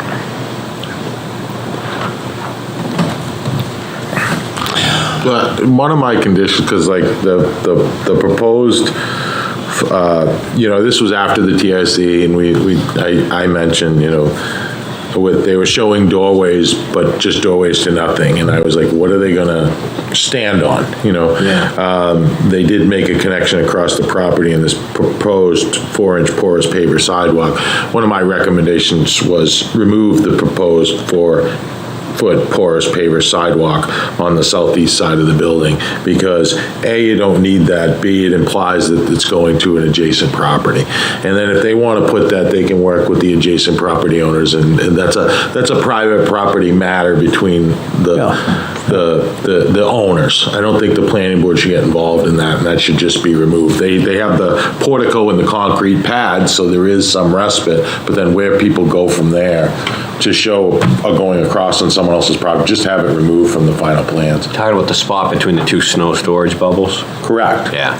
I'd get rid of that, Get rid of the walkway? So people would have to walk through? No, they have. Walkway goes out to the other butter. The walkway goes onto private property. There's no easement shown. I mean, that's, all you need is a landing. There's no requirement for a sidewalk to go into an adjacent private property. So I would say remove it. and it solves that issue. And then they can work with the Merrill Block or so forth to put something in if they want to, but that's a private property matter. I don't think it's a matter for this board. And we do have some flexibility here on that southern side where you see the larger snow storage bubble where we're removing some pavement. We could skirt a walkway on the perimeter of the building and stay on our property and keep it porous block. But we would like to, and I think we can, come to an agreement with our neighbors and maybe come up with a solution that aesthetically looks correct and functions properly for pedestrians. In the event that didn't occur, we do have some flexibility here where we could still have a travel way for the pedestrian where he or she is not on grass and still can get to the door. So we're amenable to that kind of a agreement or plan. There is no easement, right? Currently for that, not to my knowledge. But like I said, I think this is something that we could work with our neighbor and come to an agreement that is good for all. If it doesn't occur, I think we can still have some options on the table that we could have access to that door. Okay. So we're brought into a position, Dave, where I think the applicant's presenting what might be the best solution for that access. But they don't have the right to it, right? I wouldn't advise. At this time. I mean, don't get involved with a walkway crossing over into private property with it's not the. And you feel it's okay if they just eliminate it? Yep. They don't. I don't feel comfortable with that because the reason being that people are then going, I mean, in theory, that means they can build the door and the landing with no walkway to pavement, so people are going to be walking across grass. Doesn't make sense. Then you have compacted soils and you've got all kinds of issues with that. Mud. So you need to the extent they're going to utilize this, I mean, you can say, I'm not comfortable with it as proposed. I don't redesign it for folks. If that was just a suggestion, you could say, I wouldn't say the planning board, either remove it, and then you could say, either provide, connection, because the other way would we go all the way down to the back. And I'm not sure people will be doing that. Similar to if they're going out back, they'd be already in the parking lot internally, because you can get internally to the internally parking lot. I don't know what good that would be. Similar to what we could do with the 2 parking spaces, where I could remove the walkway, and if we come to an agreement in the future as an administrative matter, like we would possibly do with parking spaces being removed, I could show that agreement plan or alteration of the sidewalk to Dave and handle it as an administrative matter. If that solution were to come up, just as an administrative amendment to the approval. Or you could remove the section that's shown on the adjacent property. So you'll have your sidewalk on this property, but it ends at the property line. Sidewalk to nowhere? It goes onto property that the applicant, the owner of the property, or, the decision maker is not. What you own. Exactly. I wouldn't recommend the planning board approve something that, indicates a sidewalk onto an adjacent property. No, we can't. I'd just say get rid of it. But. So you could make a condition that they remove that sidewalk as demonstrated on Plan C2. I mean, it gets difficult to describe, but I know you can do it. And replace it with an adequate sidewalk off of that doorway, which will either be entirely on the subject property or will have secured proper access from the abutting property and attached to that. Something along those lines, give them an option. I guess what I think, I agree with Jennifer. I don't think I'm comfortable just leaving it out in space. Have it, Yeah, they're there. They're out there. That's, it's not, unless it's utilized. I don't know how often this will be utilized, because people that come down there, they're going to come down, if they come down to that level, they're probably going to go to their car. Right.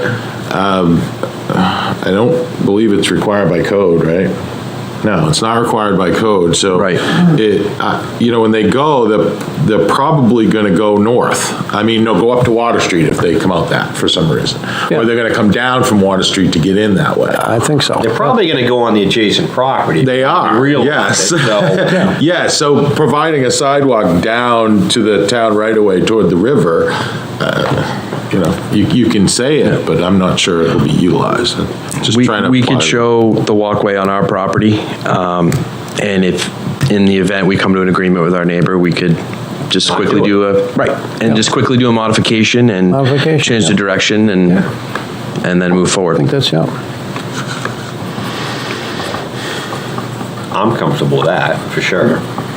Again, you're talking the walkway you have on the plan, or a walkway down to the back of the building? Walkway to the door, between two snow storage bubbles. Does it have a laser? Oh, that's helpful. You keep this, the portico. Yeah. Keep this section, but this walkway goes all the way to this pavement.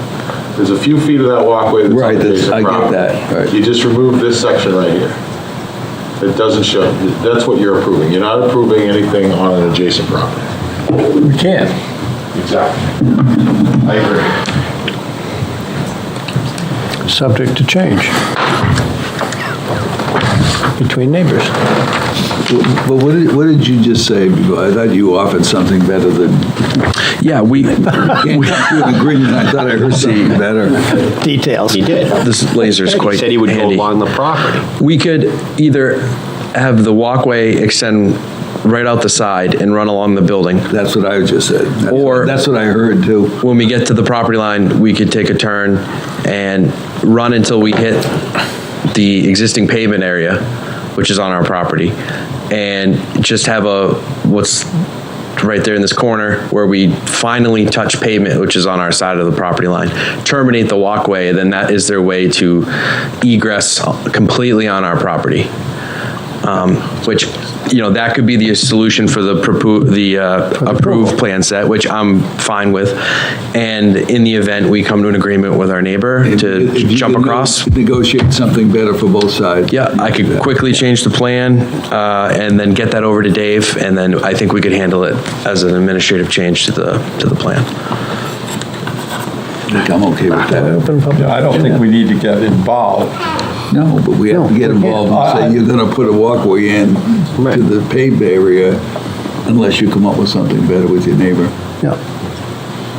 I'm not sure that's the right wording. I get it, but I just don't see what that's gonna do. Like, I just see people are gonna go that way. But anyway. Well, what if the neighbors don't agree? Then the walkway will stay. What if they have a disagreement now or in the future and they don't want to allow that access anymore?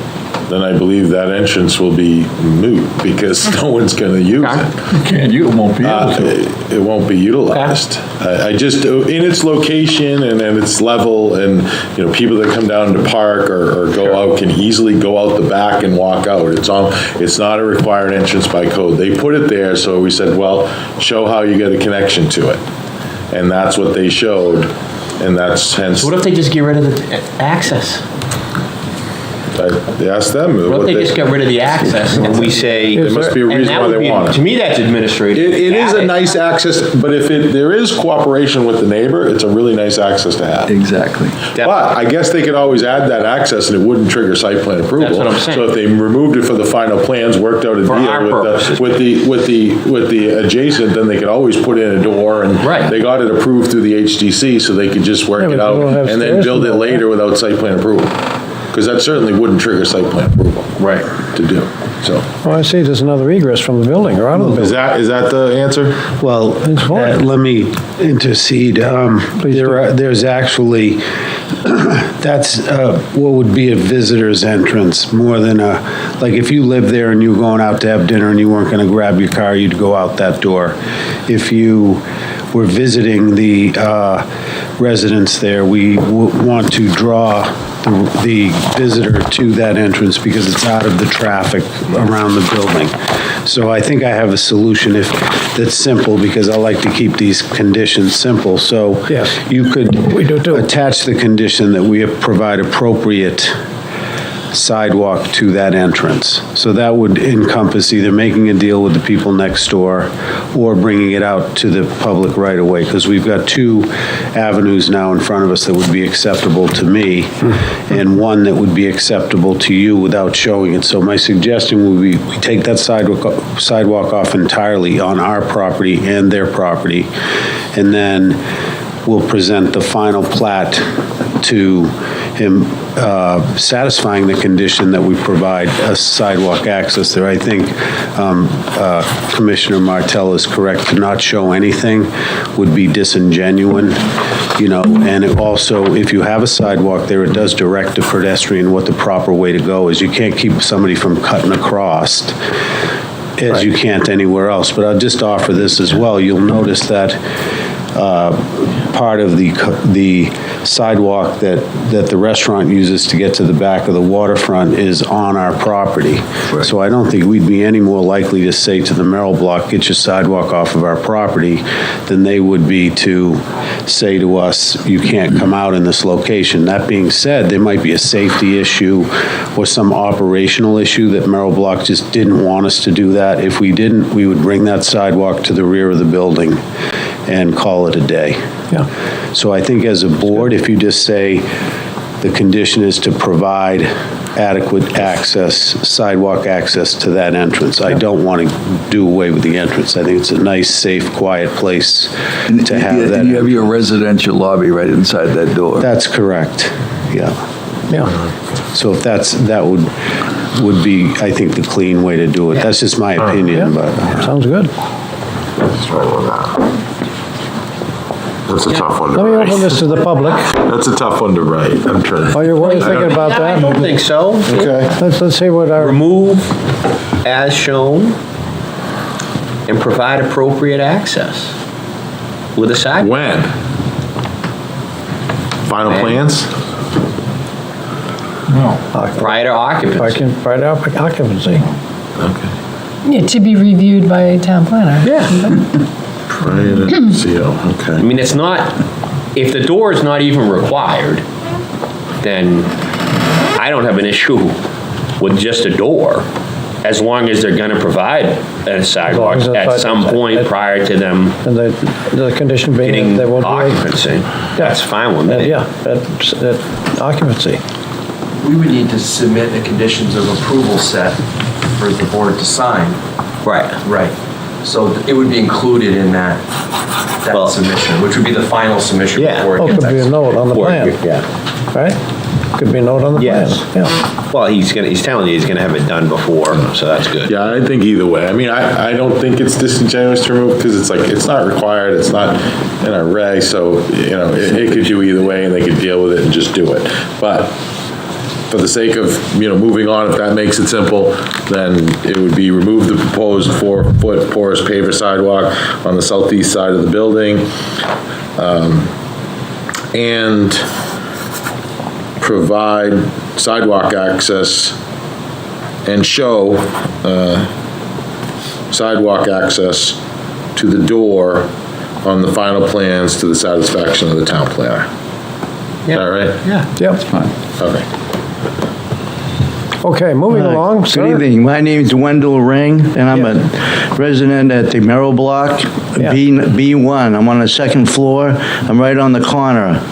And I've sat through all the meetings. And what year was that? Say, you were here before. 2018. 2018, wow. Seems like yesterday. I recognize you. Wow, it's a good thing it didn't get built, 'cause, you guys did a good job of stalling it. Thank you. Anyways, I think this is a lot better plan. I was concerned mostly about the air and my sight views of the river, and just being overcrowded. With the previous plans, it was just out of control, and I think this plan is a lot better. And trustworthy people are going to run this plan, and I'm for it all the way. The only thing I had a couple questions. Are these just rentals or condominiums? Rentals? Rentals. Okay. And I think the only thing would be, is the building going to be upgraded quite a bit? Where you putting the apartments? Depends on you, inside of it. That roof is in pretty bad shape. Just got replaced. The roof? Yeah. Oh. I mean the roof to the back, on the back. The flat roof? Yes. Just got re-rubbered. Oh, it did? Yeah. Oh, yeah? Oh, you weren't watching. Yeah, I missed that one. I was watching the Eagle up in the parkway. Okay. I think the most significant improvement will be the addition. Excuse me, Steve, can you step to the microphone, please? There's going to be windows on that end part? The rear. Rear part? And so what it presents itself as just a solid box at this point, which was the old retail formula. I think the addition of the windows makes the facade look a lot better, and I think you see that in the architectural plans. But also the 12 units that are under the building is already a parking lot, but it's open on three sides for view. And a very helter-skelter parking program. So I think the slatted walls are specifically to block the view of the cars inside of there. So I think those are probably the two most significant aesthetic properties that we're improving. It looks like a cruise ship almost. Yeah. It's nice. No, the thing I like too is the lighting you proposed. Because I was worried about the lighting coming in my windows for the last project before, but I really appreciate you're doing a good job. Thank you very much. Thank you. Thanks. Enjoy your sunsets. Thank you. Thank you. So, okay. Anybody else like to speak? And if not, then I'll close the public session of this meeting, of this case.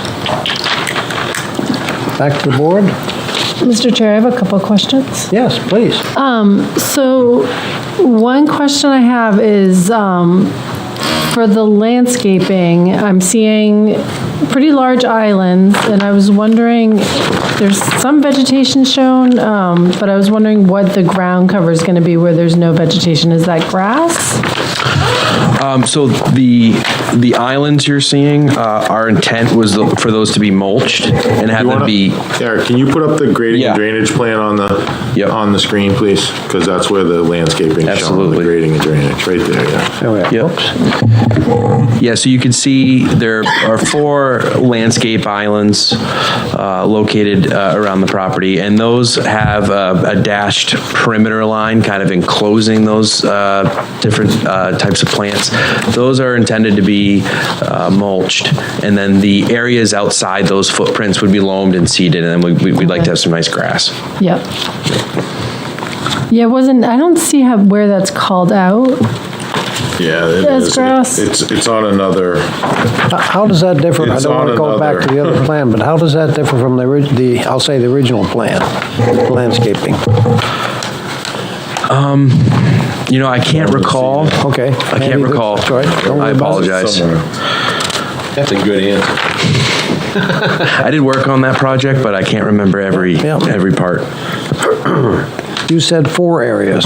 Yes, there's 2 landscape islands by that pedestrian door that we just had a discussion about the sidewalk on the south side. And then there's 2 landscape pockets on either side of those 4 proposed parking spaces outside. There's a landscape island to the north and a landscape island to the south. Oh, I see. Yes. I was thinking the first place is one of the places, but there's 2 there. I got it. Yep. Tiny. 2 and 2 is 4. Got it. So there's 2 places where they're going to remove the existing pavement that goes onto the adjacent property. They talk about being removed, loam and seeded. And then it's usually under the erosion control. It talks about all disturbed areas, including pond areas below the proposed water line shall be returned to the proposed grades, elevations, and disturbed areas shall be loamed with a minimum of 6 inches. I mean, that's a lot. Usually see 4. Screen loam, organic loam, and seeded with a seed mixture. So that's how they usually, Yeah. call that out, like any disturbed areas. If they don't disturb it, a lot of times they leave it the same, like what it exists. And those are curbed, right, those islands? The ones in the right of way? Yeah. Yes, like half in the right of way, half. Yeah. Yeah, the area to the rear of the building is curbed. Yep. And we did encourage them at the TRC not to do any landscaping without town approval in the right of way. And it's not something we want to be responsible Yeah. for. And the existing curbing in the town right away is sloped granite curb. So for consistency, we set the same. That'll be nice. So my other question is just, because the flood zone is top of mind, and this is one of those properties in that risk area. I don't think the building, any portion of the building seems to be outside of that, the actual coastal flood hazard area, but you're definitely in that risk area that's being defined. So I was wondering if your lobby I'm just curious, is your if the lobby is at the elevation that's being recommended in the new zoning code, the 2 feet above base flood? It is an existing building. It's been there for quite some time. The current elevation of the basement floor would have to remain the same. Yeah. Yeah. So we just. I would guess it is in the flood hazard. In the flood hazard, yeah. Yeah. If it was built today, it would probably likely have to go up. Yep. Yeah. Yeah, it's just something to consider that it's, the water will, you will have a flooded lobby at some point. I put watertight doors on it. And it is a cruise ship.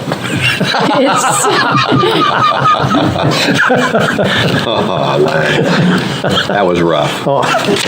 Those were really my only 2 questions. I'm still a little confused about how the garbage is being handled. So you said internal to the building, but I was looking at the building layout, and it doesn't look like there's like a room for trash. First of all, we generally do private trash collection at our properties. We own the 81 High Street property, and we have a small dumpster there outside, which is very manageable. It's well onto the property, and there's a dumpster on our property here right now, which would be removed. And the trouble with that is, no matter how secure it is, it's not secure.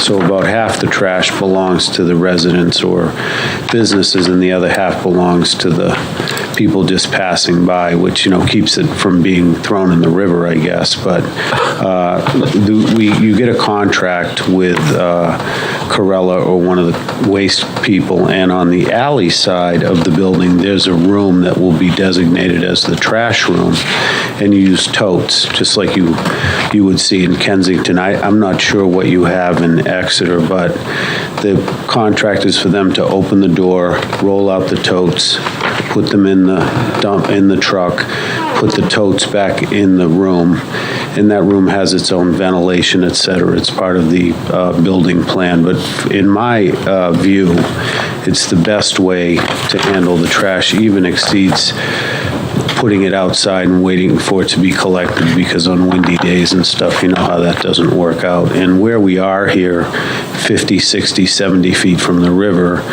a garbage can tipped over is quickly into the waterway. So that's our proposal here, and it's very, very standard for us to do it that way, and it's remarkably cheap. So that's our preference.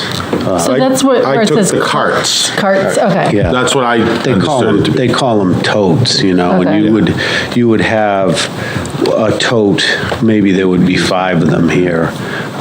For a 14-unit project in Portsmouth, we have 7. So, and there's some recycling ones and some general trash ones.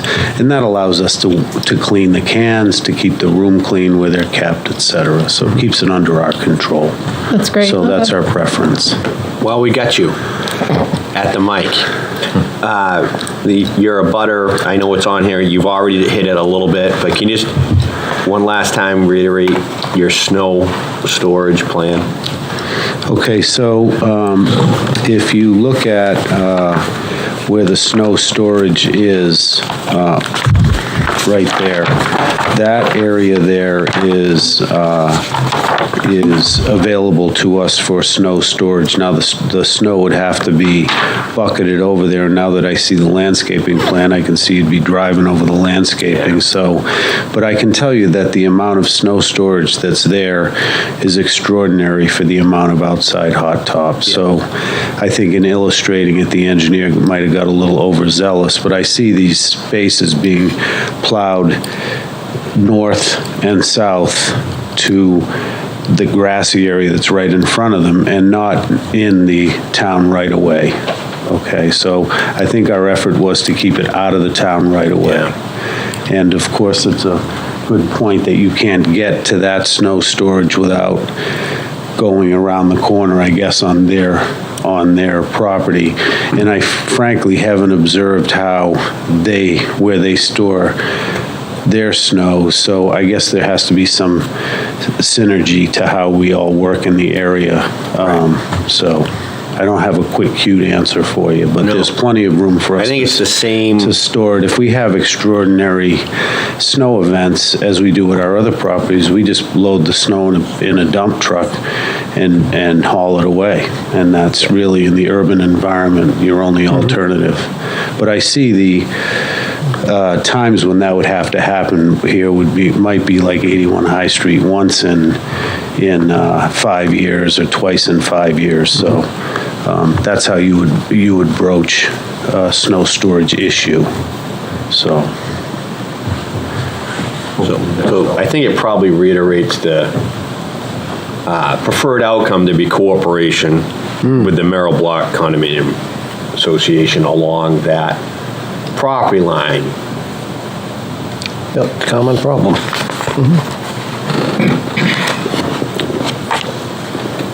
Anything else? Nancy? What do you currently put snow storage? Is it there? Is it one of the two that you have in the? I wasn't on the board the first time around, so I don't know what. No, if you look at the north corner, at the end of the alley, which is our property, that corner is where snow gets stored. They roll it up in the alley. So the alley doesn't support really vehicular traffic. I drive my pickup truck from Water Street down that alleyway, but in the wintertime, it's rowed up again. They plow it up to one side, and it keeps the pedestrian access open for our neighbors who have entrances off of that alley. And that corner is typically where the snow goes. Okay, I'm sorry, I'm still not following you. The two that are being shown on this plan, It's the one in the corner right here. so there's. This one. This That's where one, they do so it now. these two are new. Yes. That's where I was going, thank you. And it is pretty common that on plans at least, snow storage and landscape interfere with each other. Yeah, that was fine, I just wondered, the abutter was talking about the snow storage and concern. And I was wondering why it would be a new concern if this building has been here for a while and we're just talking about adding units. Right. So, is there a need to add those two areas in the back that you have on here? The intent for showing snow storage specifically on the proposed site plan was we are adding those 4 parking spaces where there's just grass right now. So there was some snow of storage availability on the existing site that's gonna go away. So we wanted to show how we were gonna combat that. Thank you for clarifying that. Yeah, absolutely.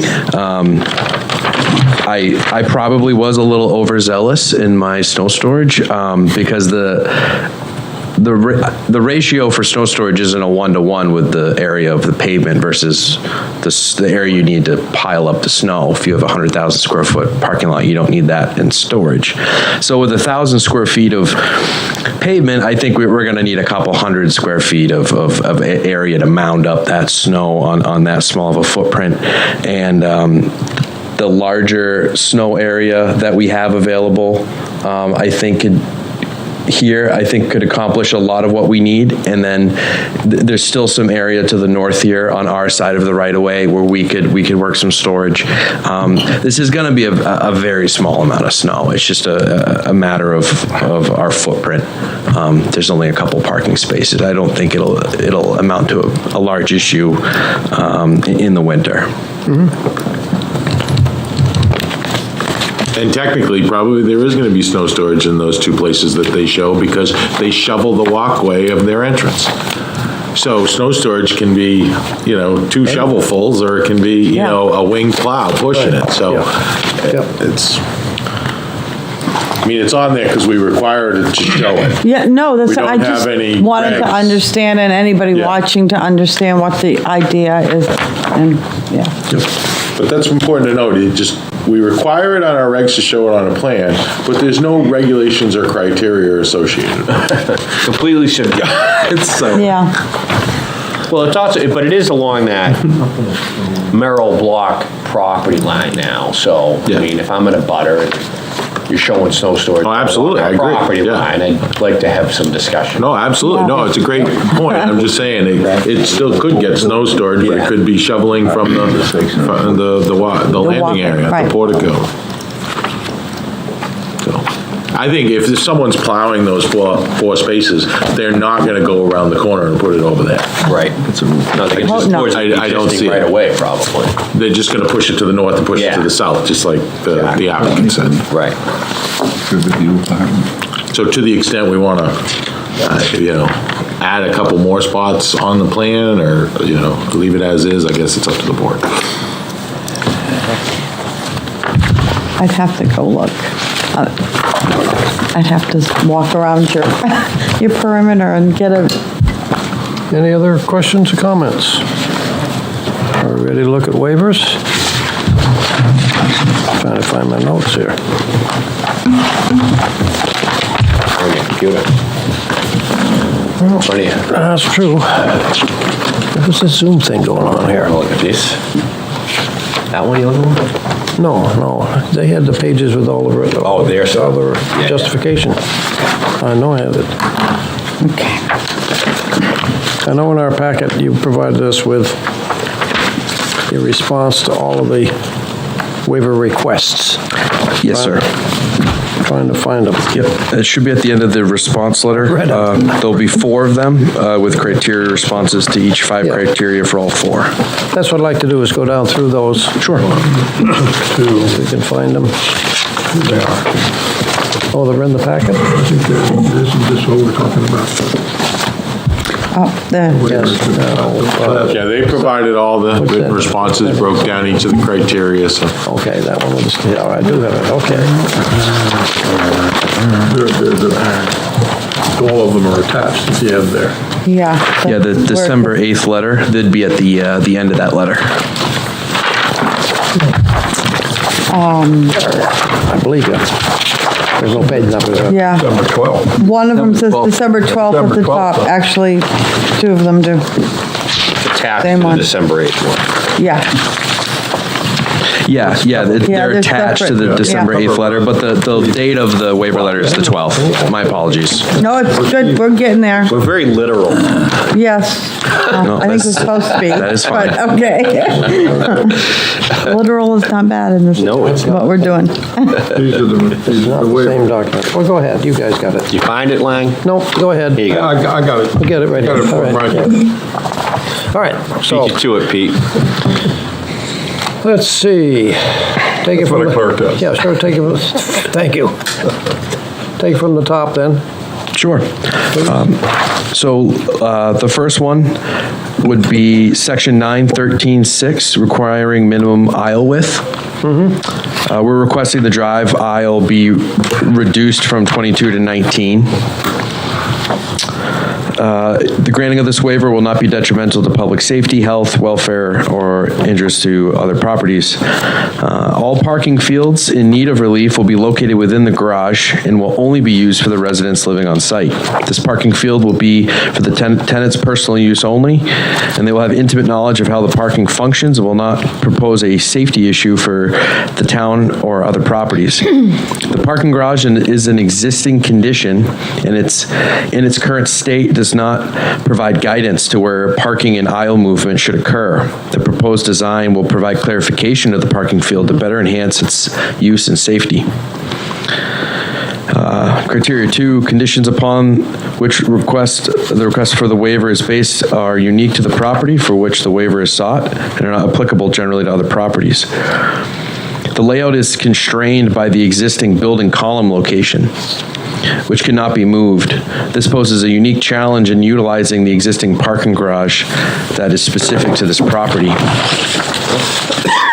Criteria 3, based on, because of the particular physical surroundings or shape or topographical conditions of the specific property involved, particular hardship to the owner would result.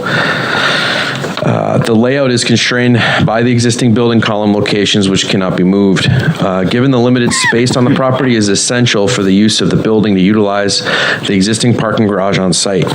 If this parking garage were to be limited in its intended use as it was originally designed, this would put a particular hardship on the owner in providing adequate parking for the structure. The granting of the waiver will not be contrary to the spirit and intent of the regulations. It is our opinion that the granting of this waiver would not be contrary to these regulations. The parking field will still function as the regulations intend and provide adequate space to navigate the parking field. And finally, the criteria 5, the waiver will not in any manner vary the provisions of the zoning ordinance or master plan. It is our opinion that granting of this waiver will still be in line with the spirit of the regulation and not vary from the town master plan. Thank you. Any questions? The garage is still the same size? Yes. Yep, the garage is still the same size. How many cars are in that garage now? How many spaces? It's not striped. It's not striped. It's hard. Yeah, it's hard to really land on how many are average there and how many you can pack in. Any more difficult to back a car out than it is already? No, and it's in our opinion that we're providing clarification and structure to it that's going to make it easy to use. Right now, when you pull in there, it's just an open field of pavement underneath the building, and it's kind of up to you where you want your car to end up. Retail tenants use that probably. Potentially, I think primarily they use the spaces on Main Street, but I think if local people know that if parking is tough on Main Street on a busy day, they could drop in and tuck underneath. I imagine that happens. I can't confirm it, but well, it won't happen after. And the waiver you're requesting is going from what dimension to what dimension? From 22 to 19. And that's for the aisle. And that's for the aisle, that center aisle. The problem here is it's an existing structure with column locations. Yeah. And those need to fall very precisely on the stripe lines. So that really limits you on how you could orient this. If I had free reign of that dimensional footprint, I could comply with town regulations, but I don't want a column floating out in a drive lane or in a parking space. Someone's going to hit it. So the ideal thing would be to lay those right on a stripe line for ease of use in that field. On the next where you're going to look for the parking space dimension. Yeah. What are you requesting there again? So you can do one at a time. For just a handful of spaces here within the parking garage, right. We're choking the 19 feet to 18 feet. And my responses and the criteria for that letter are extremely similar because it's the same problem. Let's finish with this one first. The column locations. It's related. Yeah, there's related. No, They're kind of tied together. They're very tied together. Clarification. Yeah, and it's the same hang up as the column locations and trying to land those on striping. And right now, because it's just wide open, there are no real parking spaces. Right. We did. Right. The parking can occur there, but there's really there's no structure to it where this is a row and that's a row and. Wild West parking. Right. So there might be only 3 people fitting in there because it's not marked and everything. Right. So in the current layout, it could be horribly inefficient. Yeah. Okay. I'm prepared to make a motion. Chair. Fine. Vice Chair. On the waiver motions, parking area, aisle width waiver motion. After reviewing the criteria for granting waivers, I move that the request of Hampshire Development Corp. Planning Board case number 22-17 for a waiver from section 9.13.6 of the site plan review and subdivision regulations to reduce the minimum aisle width within the parking area be approved. I'll second. Moved and seconded. Oh, I guess we better have a hand vote on this, so please use your right hand. Are those in favor, please put up your right hand. Opposed? Abstentions? Carries? Thank you. All right, next. Still gonna make you discuss the next one, even though we already did it. Yep, that's okay. Yeah, we still need to do this. Yeah, we've been directed. No problem at all. All of our eyes. Thank you.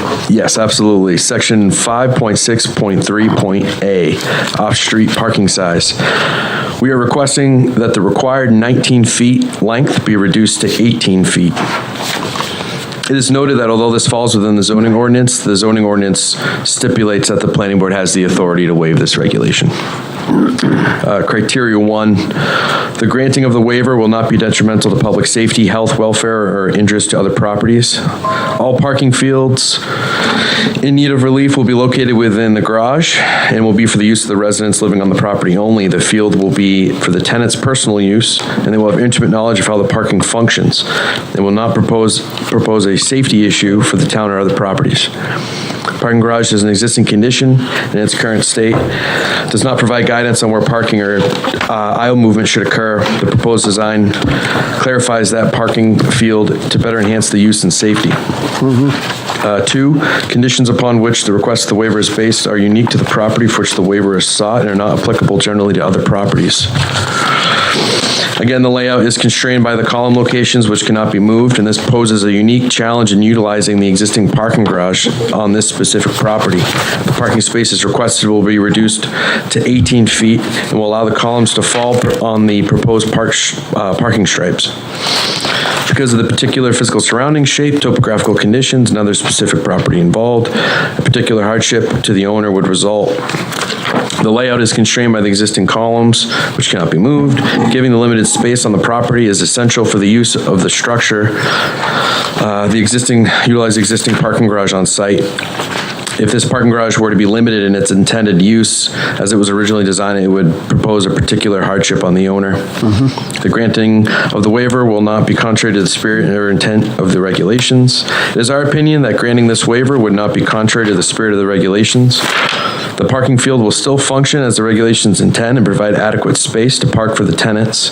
An 18-foot length parking space is not uncommon in nearby municipalities and we believe would function properly as proposed.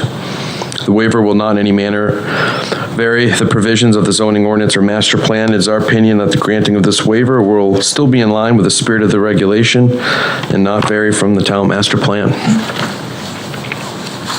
Thank you. Any questions? I can make a motion.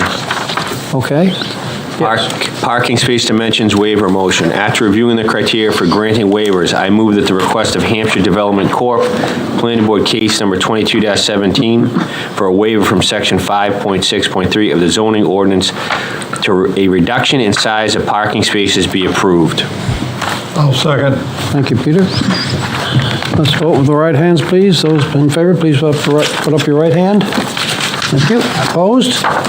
Abstentions? Unanimous? Next, please. Okay.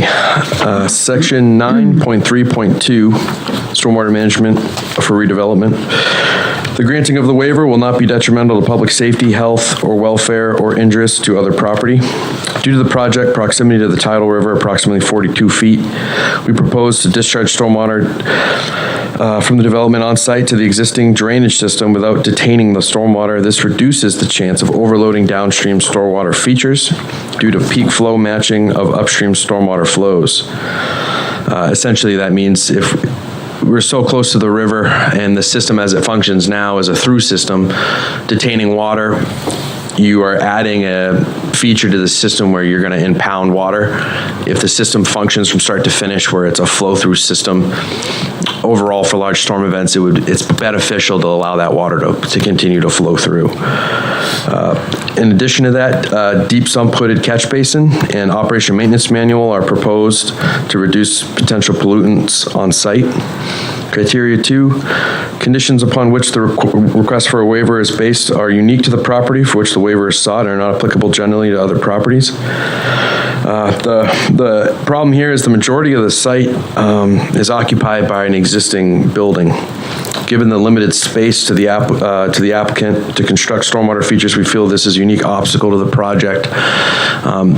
When you look at needs for landscaping, snow storage, and then the parking, when we get to the end here, there's just very limited options for implementing a stormwater feature. And it's noted that, again, we're sub 1,000 square feet of proposed impervious. Criteria 3, because of the particular physical surroundings, shape, or topographical conditions of the specific property involved, particular hardship to the owner would result. The majority of the subject lot is occupied by the existing building. Given the limited space available to the applicant to construct stormwater features, we feel this would result in a hardship to the owner to adhere to the regulations in question. The project proposes to reduce the pollutants on site to the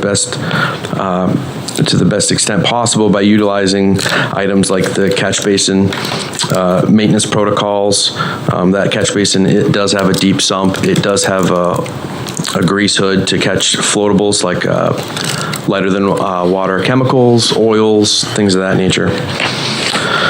Criteria 4, the granting of the waiver will not be contrary to the spirit or intent of the regulations. The footprint of the proposed impervious is relatively small. The stormwater treatment systems are being proposed. The deep sump catch basin, the grease hood, in conjunction with sediment chamber systems, the sediment chamber system off-site to provide treatment. The operation and maintenance manual has been prepared to ensure the catch basin site continues to function properly. So this is connected to a stormwater system. There's a large sediment chamber system that is located to the north on town property. There are some catch basins on town property, there's some catch basins on private. It all functions together, it goes to that settling treatment chamber. It's located by I believe it's a boat launch with a small park on the peninsula. It's treated there and then discharges into the river. The waiver will not in any manner vary the provisions of the zoning ordinance or master plan. It is our opinion that the granting of this waiver will still be in line with the spirit of the regulations and not vary from the town master plan. And it is noted, just for the board's knowledge, that this was a waiver that we also tried to acquire a few years ago with the initial site plan approval, and we did receive that waiver. Any questions? Yeah. I was wondering, could you kind of just walk us through the various, because that's what I was confused about.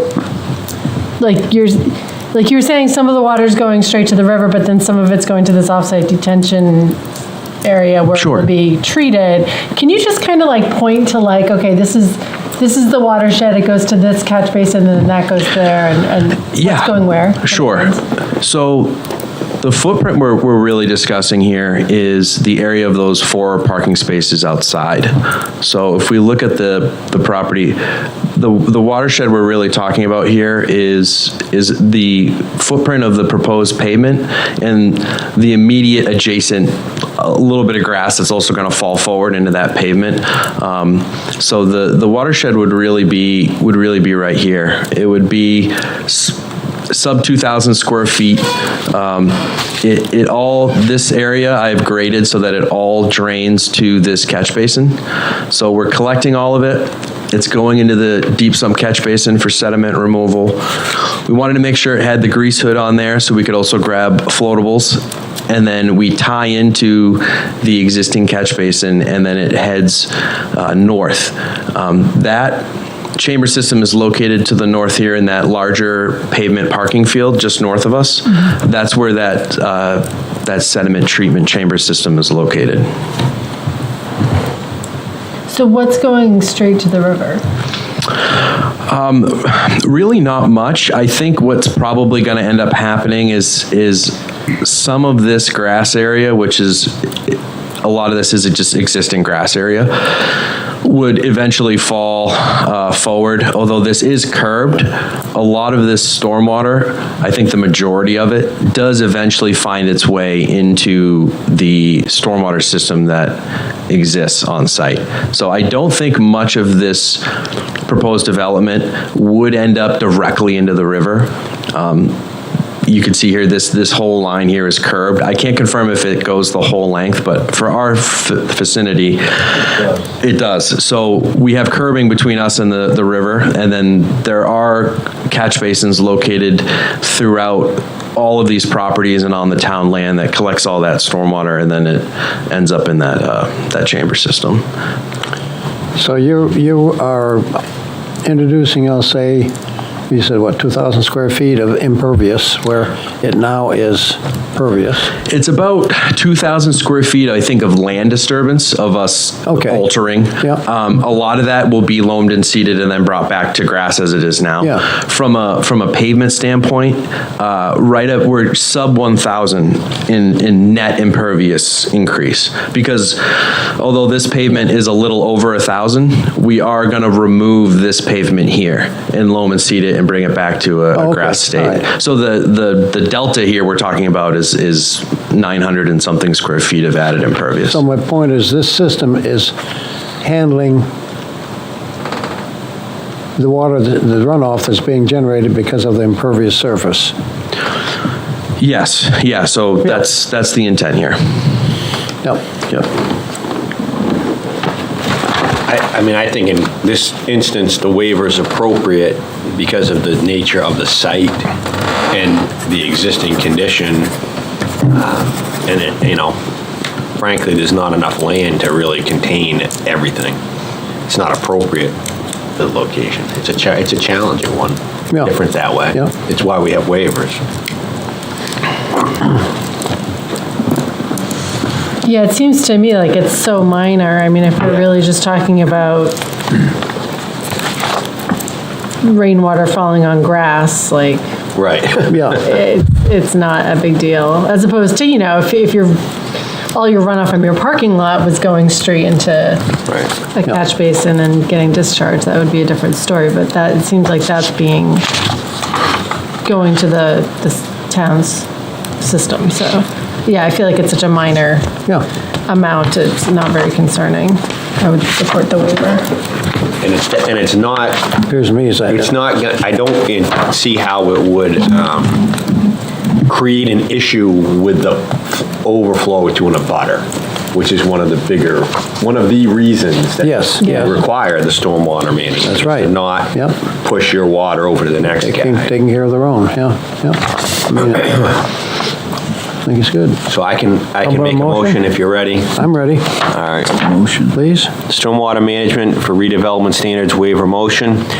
After reviewing the criteria for granting waivers, I move that the request of Hampshire Development Court Planning Board case number 22-17 for a waiver from section 9.3.2 of the site plan review and subdivision regulation regarding stormwater management requirements for redevelopment be approved. Second. Thank you, Nancy.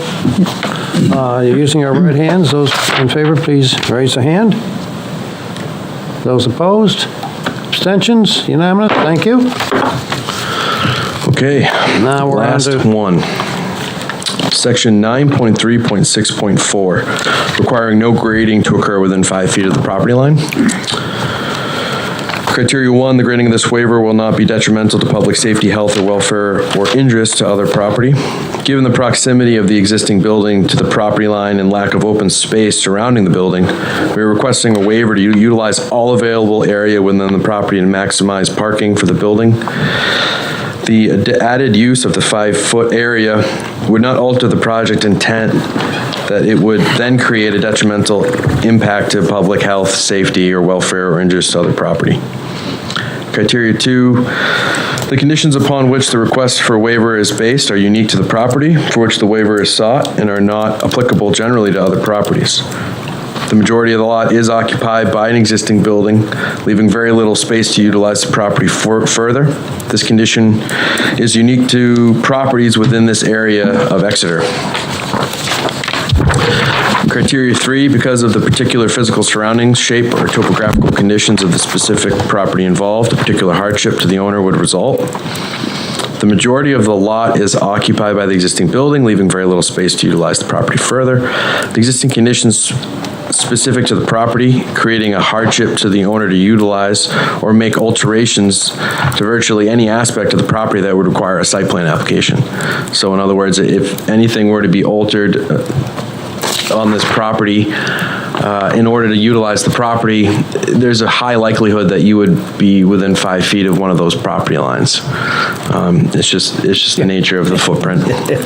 Criteria 4, the granting of the waiver will not be contrary to the spirit or intent of the regulations. The densely developed area in which the project is located has many examples of properties in which the existing historical structures are located in extremely close proximity to the property lines.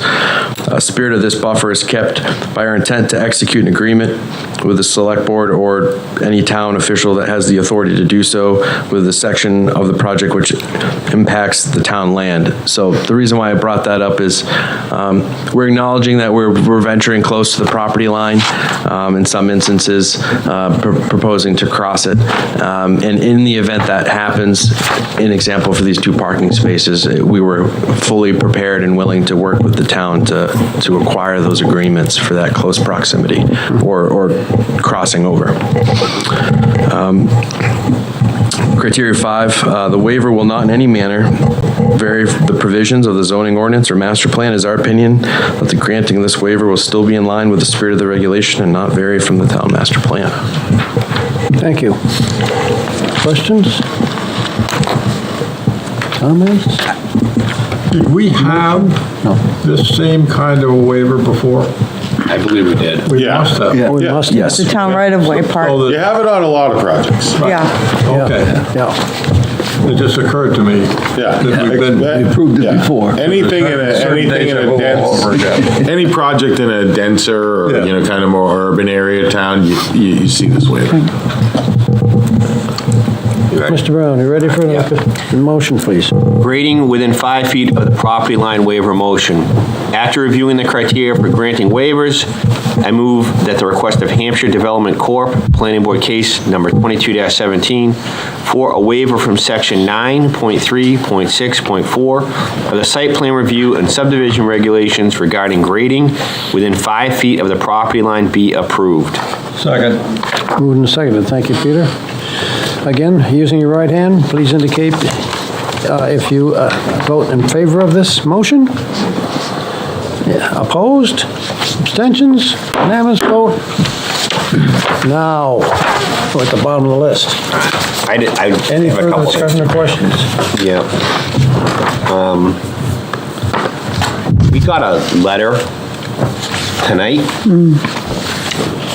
dated December 20. We just got this at the meeting. I assume you have it from Underwood? Yeah. He's got it. Yep, we received that, I believe, 2 days ago. Okay. So there's a couple things on here that we should discuss, I think. On the bottom of the page 1, under general, number 2, they list waiver requests. I defer to planning board. The additional request should be listed on sheet G1. I don't think you had time to do that. Yeah, I'll need to, and I'm perfectly fine adding that to a COA set, just making sure I list them all on that G1 sheet. Yeah. It got lost. And the one that I'm definitely unclear on myself, but is on page 2. Site and grading plan C2, number 16. The original, this is reading Underwood's letter. The original comment has been addressed, however, it has since come to our attention that no snow storage is allowed within the town's shoreline protection district. All snow must be trucked off-site.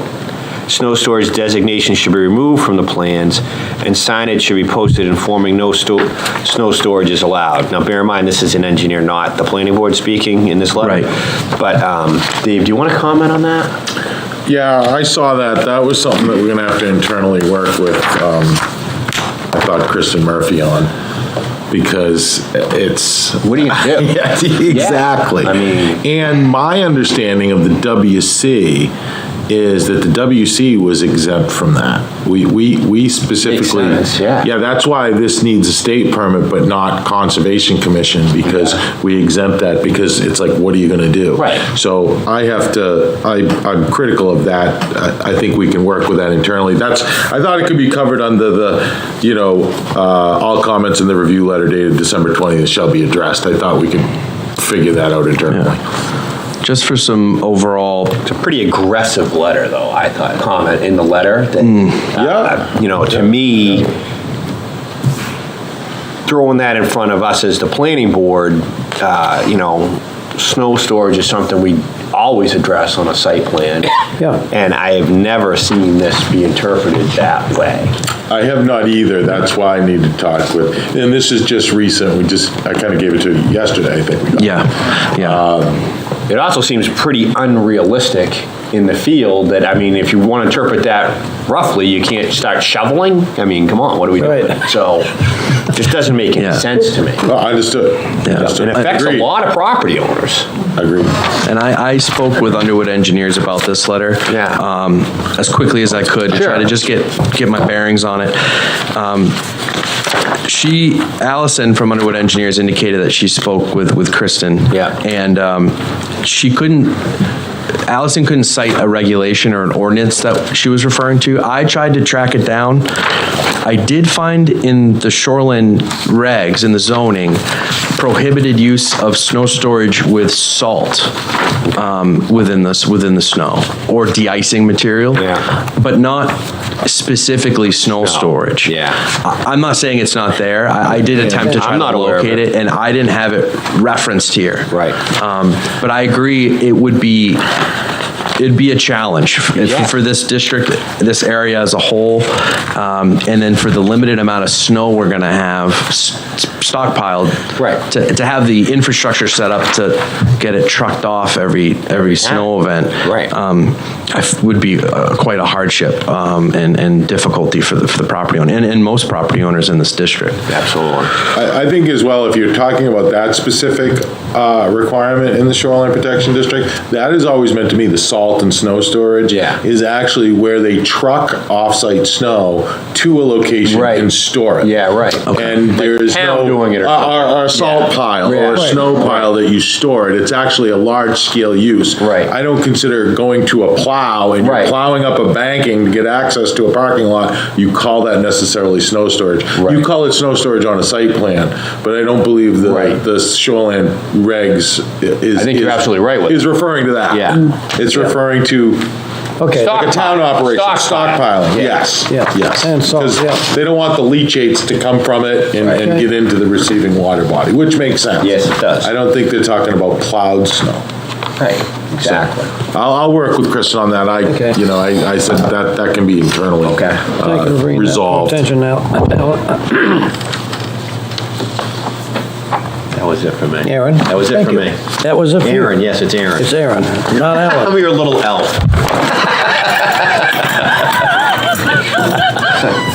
Okay. Mr. Chair, yes. Now that I'm actually looking at this piece of paper that Dave handed us, I was wondering if the applicant could just address number 18 from C2.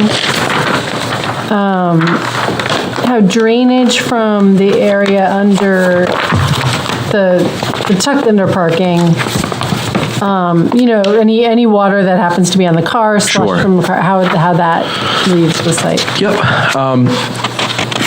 This would be a very small, from a volume standpoint, where we would just be talking about lingering snow on the car, and then once it's parked, will eventually melt down.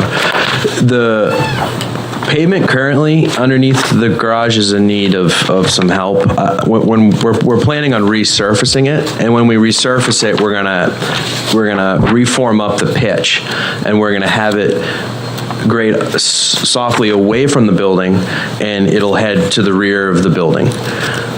So any melt that's going to occur is going to head to the rear of the building, and because the 4 parking spaces outside are graded the way they are, that would eventually find its way into the catch basin, just like the surface water would outside. All right. Yep. So you're catching that? Yeah. In the event there's enough where it's actually moving on the pavement, we'll catch it. Yeah, and it's not from, it would have to be a car that lived there that was somewhere else while it snowed, and the snow piled up on the car, and then they came with, and there's a law now that you have to clean up your car, but in the event you didn't, and you came in and parked, that melt, that's all that, we had this pretty lengthy discussion on it at the TRC. Yeah. Not anticipated. On that same thing, there's the new perimeter wall. Is there a base in that or something that would stop water from going out? I'm not sure on that. Beyond we would have to have that because we wouldn't have brought. Steve, excuse me, could you speak to the... So you're saying, but... Talk to the microphone. Is that lazy in my old age? They can't hear you on TV. So we wouldn't want water migrating from outside the building into the garage. So yeah, the sill plate is set that tight. anything there now? No, there's nothing there now. So water could migrate in now? Correct, it could now, but we want to eliminate that. That's part of this. You're going to put a little curb up before you put your... Correct, yes. Your metal wall. But then it'll be graded, so like, let's say, like when it floods, you'll have water coming up and in. I mean, it will get in through the drive. And then you're saying you're going to regrade it so that it all has positive slope toward the catch basins that are outside. Yep, back to the river, so it'll just back out. We won't trap it. Yeah, correct. Exactly. Little valley. If you couldn't do that, could you extend that drain, like right into underneath the building? The catch basin? The catch basin, yeah. We could. It'd be challenging to sneak a drain pipe underneath the perimeter of the structure. To dig it out, it would. Yeah, it would be, I think, quite a challenge logistically to daisy chain another catch basin in there.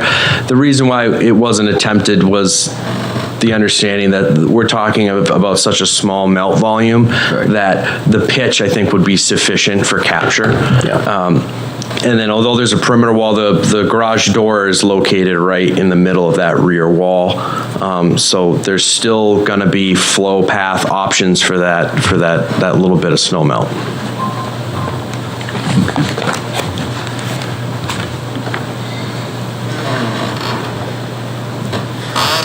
Okay, are we set? I'm set. Pete, would you like to make a motion, or would you rather Mr. Brown do it? Well, I could do that. Okay. This is the minor site plan motion. Yes, it is. I move that the request of Hampshire Development Corporation and Planning Board. Wait a minute, excuse me, I forgot our town planner. He has a bunch of stuff he wants to read first. Well, I was going to say that proved with his condition. Well, don't you want to hear him first to make sure you're okay with him? Make sure. No. He's not going to give you a blank check. Because they're the same conditions we hear, I've never known. They may not be. Well, there is seven. a couple of different ones. Yeah, the 7 standard and 2, unique. One we already talked about. We both talked about both unique ones. So I'll read them though. The 7 standard electronic as-built to the property with details acceptable to the town shall be provided prior to the issuance of a certificate of occupancy. This plan must be in DWG and DFX file format and in NED 1983 State Plan, New Hampshire, FIPS 2800 feet coordinates. 2, a pre-construction meeting shall be arranged by the applicant as contracted with the town's engineer prior to any site work commencing. just as a sidebar, I did look at that as like a pre-com, but it's in the town, the town's right-of-ways right behind this. People do use that, get in and out. They'll be developing in the town right-of-way. So I think it would be a good idea just to meet with the town engineer and staff, just coordinate schedule and so forth, just to make sure there's no issues with access to a lot of the residents that live to the south of that or to the public right-of-way that we have between the river. Number 3, all comments in the review letter from Underwood Engineers dated December 20th, 2022 shall be addressed to the satisfaction of the town planner prior to signing the final plans. 4, all appropriate fees to be paid included but not limited to sewer water connection fees, impact fees, inspection fees, prior to the issuance of a building permit or a certificate of occupancy, whichever is applicable as determined by the town. 5, all applicable state permit approval numbers shall be noted on the final plans. 6, all outdoor lighting, including security lights, shall be downlit and shielded so no direct light is visible from adjacent properties and/or roadways. 7. If determined applicable by the Exeter Department of Public Works, the applicant shall submit the land use and stormwater management information about the project using the PTAP online municipal tracking tool. The PTAP submittal must be accepted by DPW prior to the pre-construction meeting. 8, an easement or other form of permission shall be secured from the town of Exeter to allow the use of the town right-of-way for a portion of the 2 most northerly proposed parking stalls. This permission shall be secured and executed prior to signing the final plans. And remove the proposed 4-foot porous paver sidewalk on the southeast side of the building and show on the final plans access to the lobby door to the satisfaction of the town planner. Everybody happy with that? I am. Okay, Pete, go ahead. All right, now, let's try it again. This is the minor site plan motion. I move that the request of Hampshire Development Corporation Planning Board case number 22-17 for minor site plan approval be approved with the conditions read by the town planner immediately preceding. Second. Moved and seconded. Hand vote again, please. Those in favor, raise your right hand. Opposed? Abstentions? Unanimous? We're set. Thank you very much. Always a pleasure. Have a Merry Christmas. Merry Christmas. Happy holidays. Merry Christmas. Bah humbug. Always somebody. So it's usually me. Dave, before we adjourn, oh, okay. I just need clarification on one thing before we. No, we still got a few agenda items.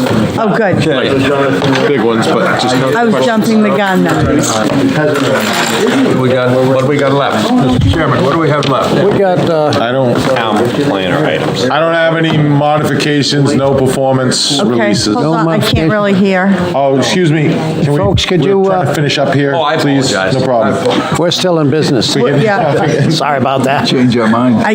We want to get out of here just as much. right. Yeah, no, I apologize. Yep, it's okay. We're gonna No let- master plan discussion. Is there any master plan discussion? We already had that.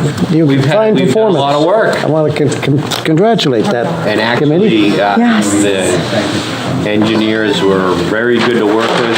Mr. Murphy did a lot of good work in that. Yeah. I think As well as- generally what we've been privileged to see has been of top quality. Absolutely. Yeah. Now, we may not have all agreed with it, but nonetheless, it's been of top quality. Yeah. Well, Can you? Very responsive. Yep. Good. Thank you. Field You modification. know, we Take can care. finish up. Have a good holiday. Which Happy leads New Year. me, Mr. Vice Chairman, to say that we can put together something that makes some sense and work with the departments that are involved, That's very refreshing. rather than being at loggerheads. Get more done. No field modifications, I understand. Excuse me? Guys here are driving in here. Any field modifications, Dave? Double stack. None requested or performance Yeah, they are. They reductions. I meant to ask that. Bond or letter of credit reductions or releases? No? Okay. Oh, wait a minute. There wasn't one, but the Noria Energy opened up recently. and they ran out of time. I don't know if you know, out on Epping Road, at the corner of Epping Road at the lights of Continental. Yeah. Nuri Energy, which is a gas station car wash. Yeah. Oh, yes. They're now open? I just drove by, it wasn't. They're not open. They said they were going to open. They're not open. Oh, wait a minute. Wait a minute. I'm sorry. They got their CO. Merry Christmas. Okay. They got their CO. They can open. Okay. Right. Was They this said, it? I'm sorry. They're going to open, I believe, between the Christmas and New Year's, they told me. Can they Oh, hire good. anybody? That's a good question. But There's a lot no, of thank work- you. They're there's a lot not of going work to be done Self-wash. still. Yeah, get their CO. That's why we were involved. They got their CO. And they were unable to finish some of their landscaping. They planted the trees and so forth. So, but they said, they require a bond for that. But they already had a letter of credit on erosion and sedimentation control, but it wasn't just erosion and sedimentation control. The language broad enough to for anything left on the site.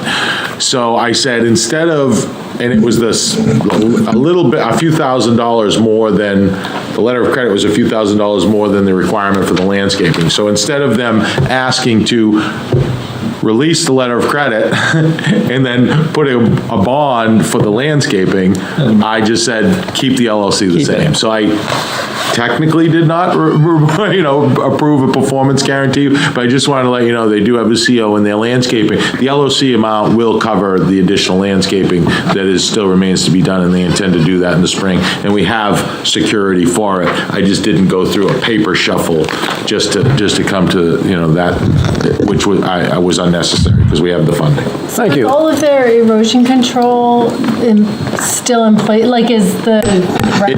Yeah, it's pretty much all stabilized except the areas where they have some pocket areas for landscaping that it's not.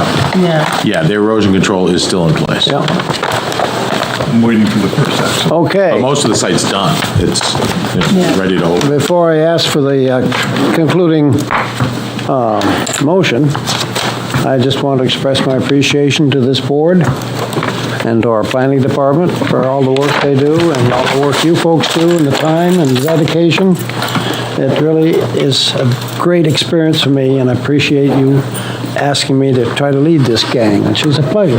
Well, you're So Merry appreciated Christmas, too. and I'm going to declare the meeting's over. You are. You're looking for a motion. Little collective muscle.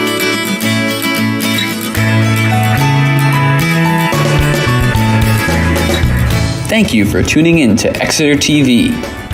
Exeter TV is the town's public and government access channels, available on Comcast channels 98 and 22. Channel 98 is your channel. If you have an idea for a program, want to host your own talk show, or submit a film, we're here to get your content on television. On Channel 22, we bring you live and replay coverage of government meetings and other town updates. A third channel, Blue Hawk Media, is operated by SAU 16 and can be found on Channel 13, with all your school sports, events, and meetings.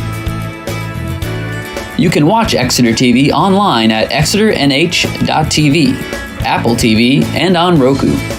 Find us on social media for extra content. Subscribe to our YouTube channel and hit the bell to get notified about live streams and new content. Tune in to our platforms every other Friday to watch the Exeter Biweekly Report, with recaps of recent events, updates from town departments, and messages from nonprofits in your area. If you head to our website, exeternh.tv, we invite you to sign up to our newsletter to receive monthly updates about new content, upcoming meetings, and more. We'd like to thank you for taking the time to watch Exeter TV and hope that you tune in to our other content as well.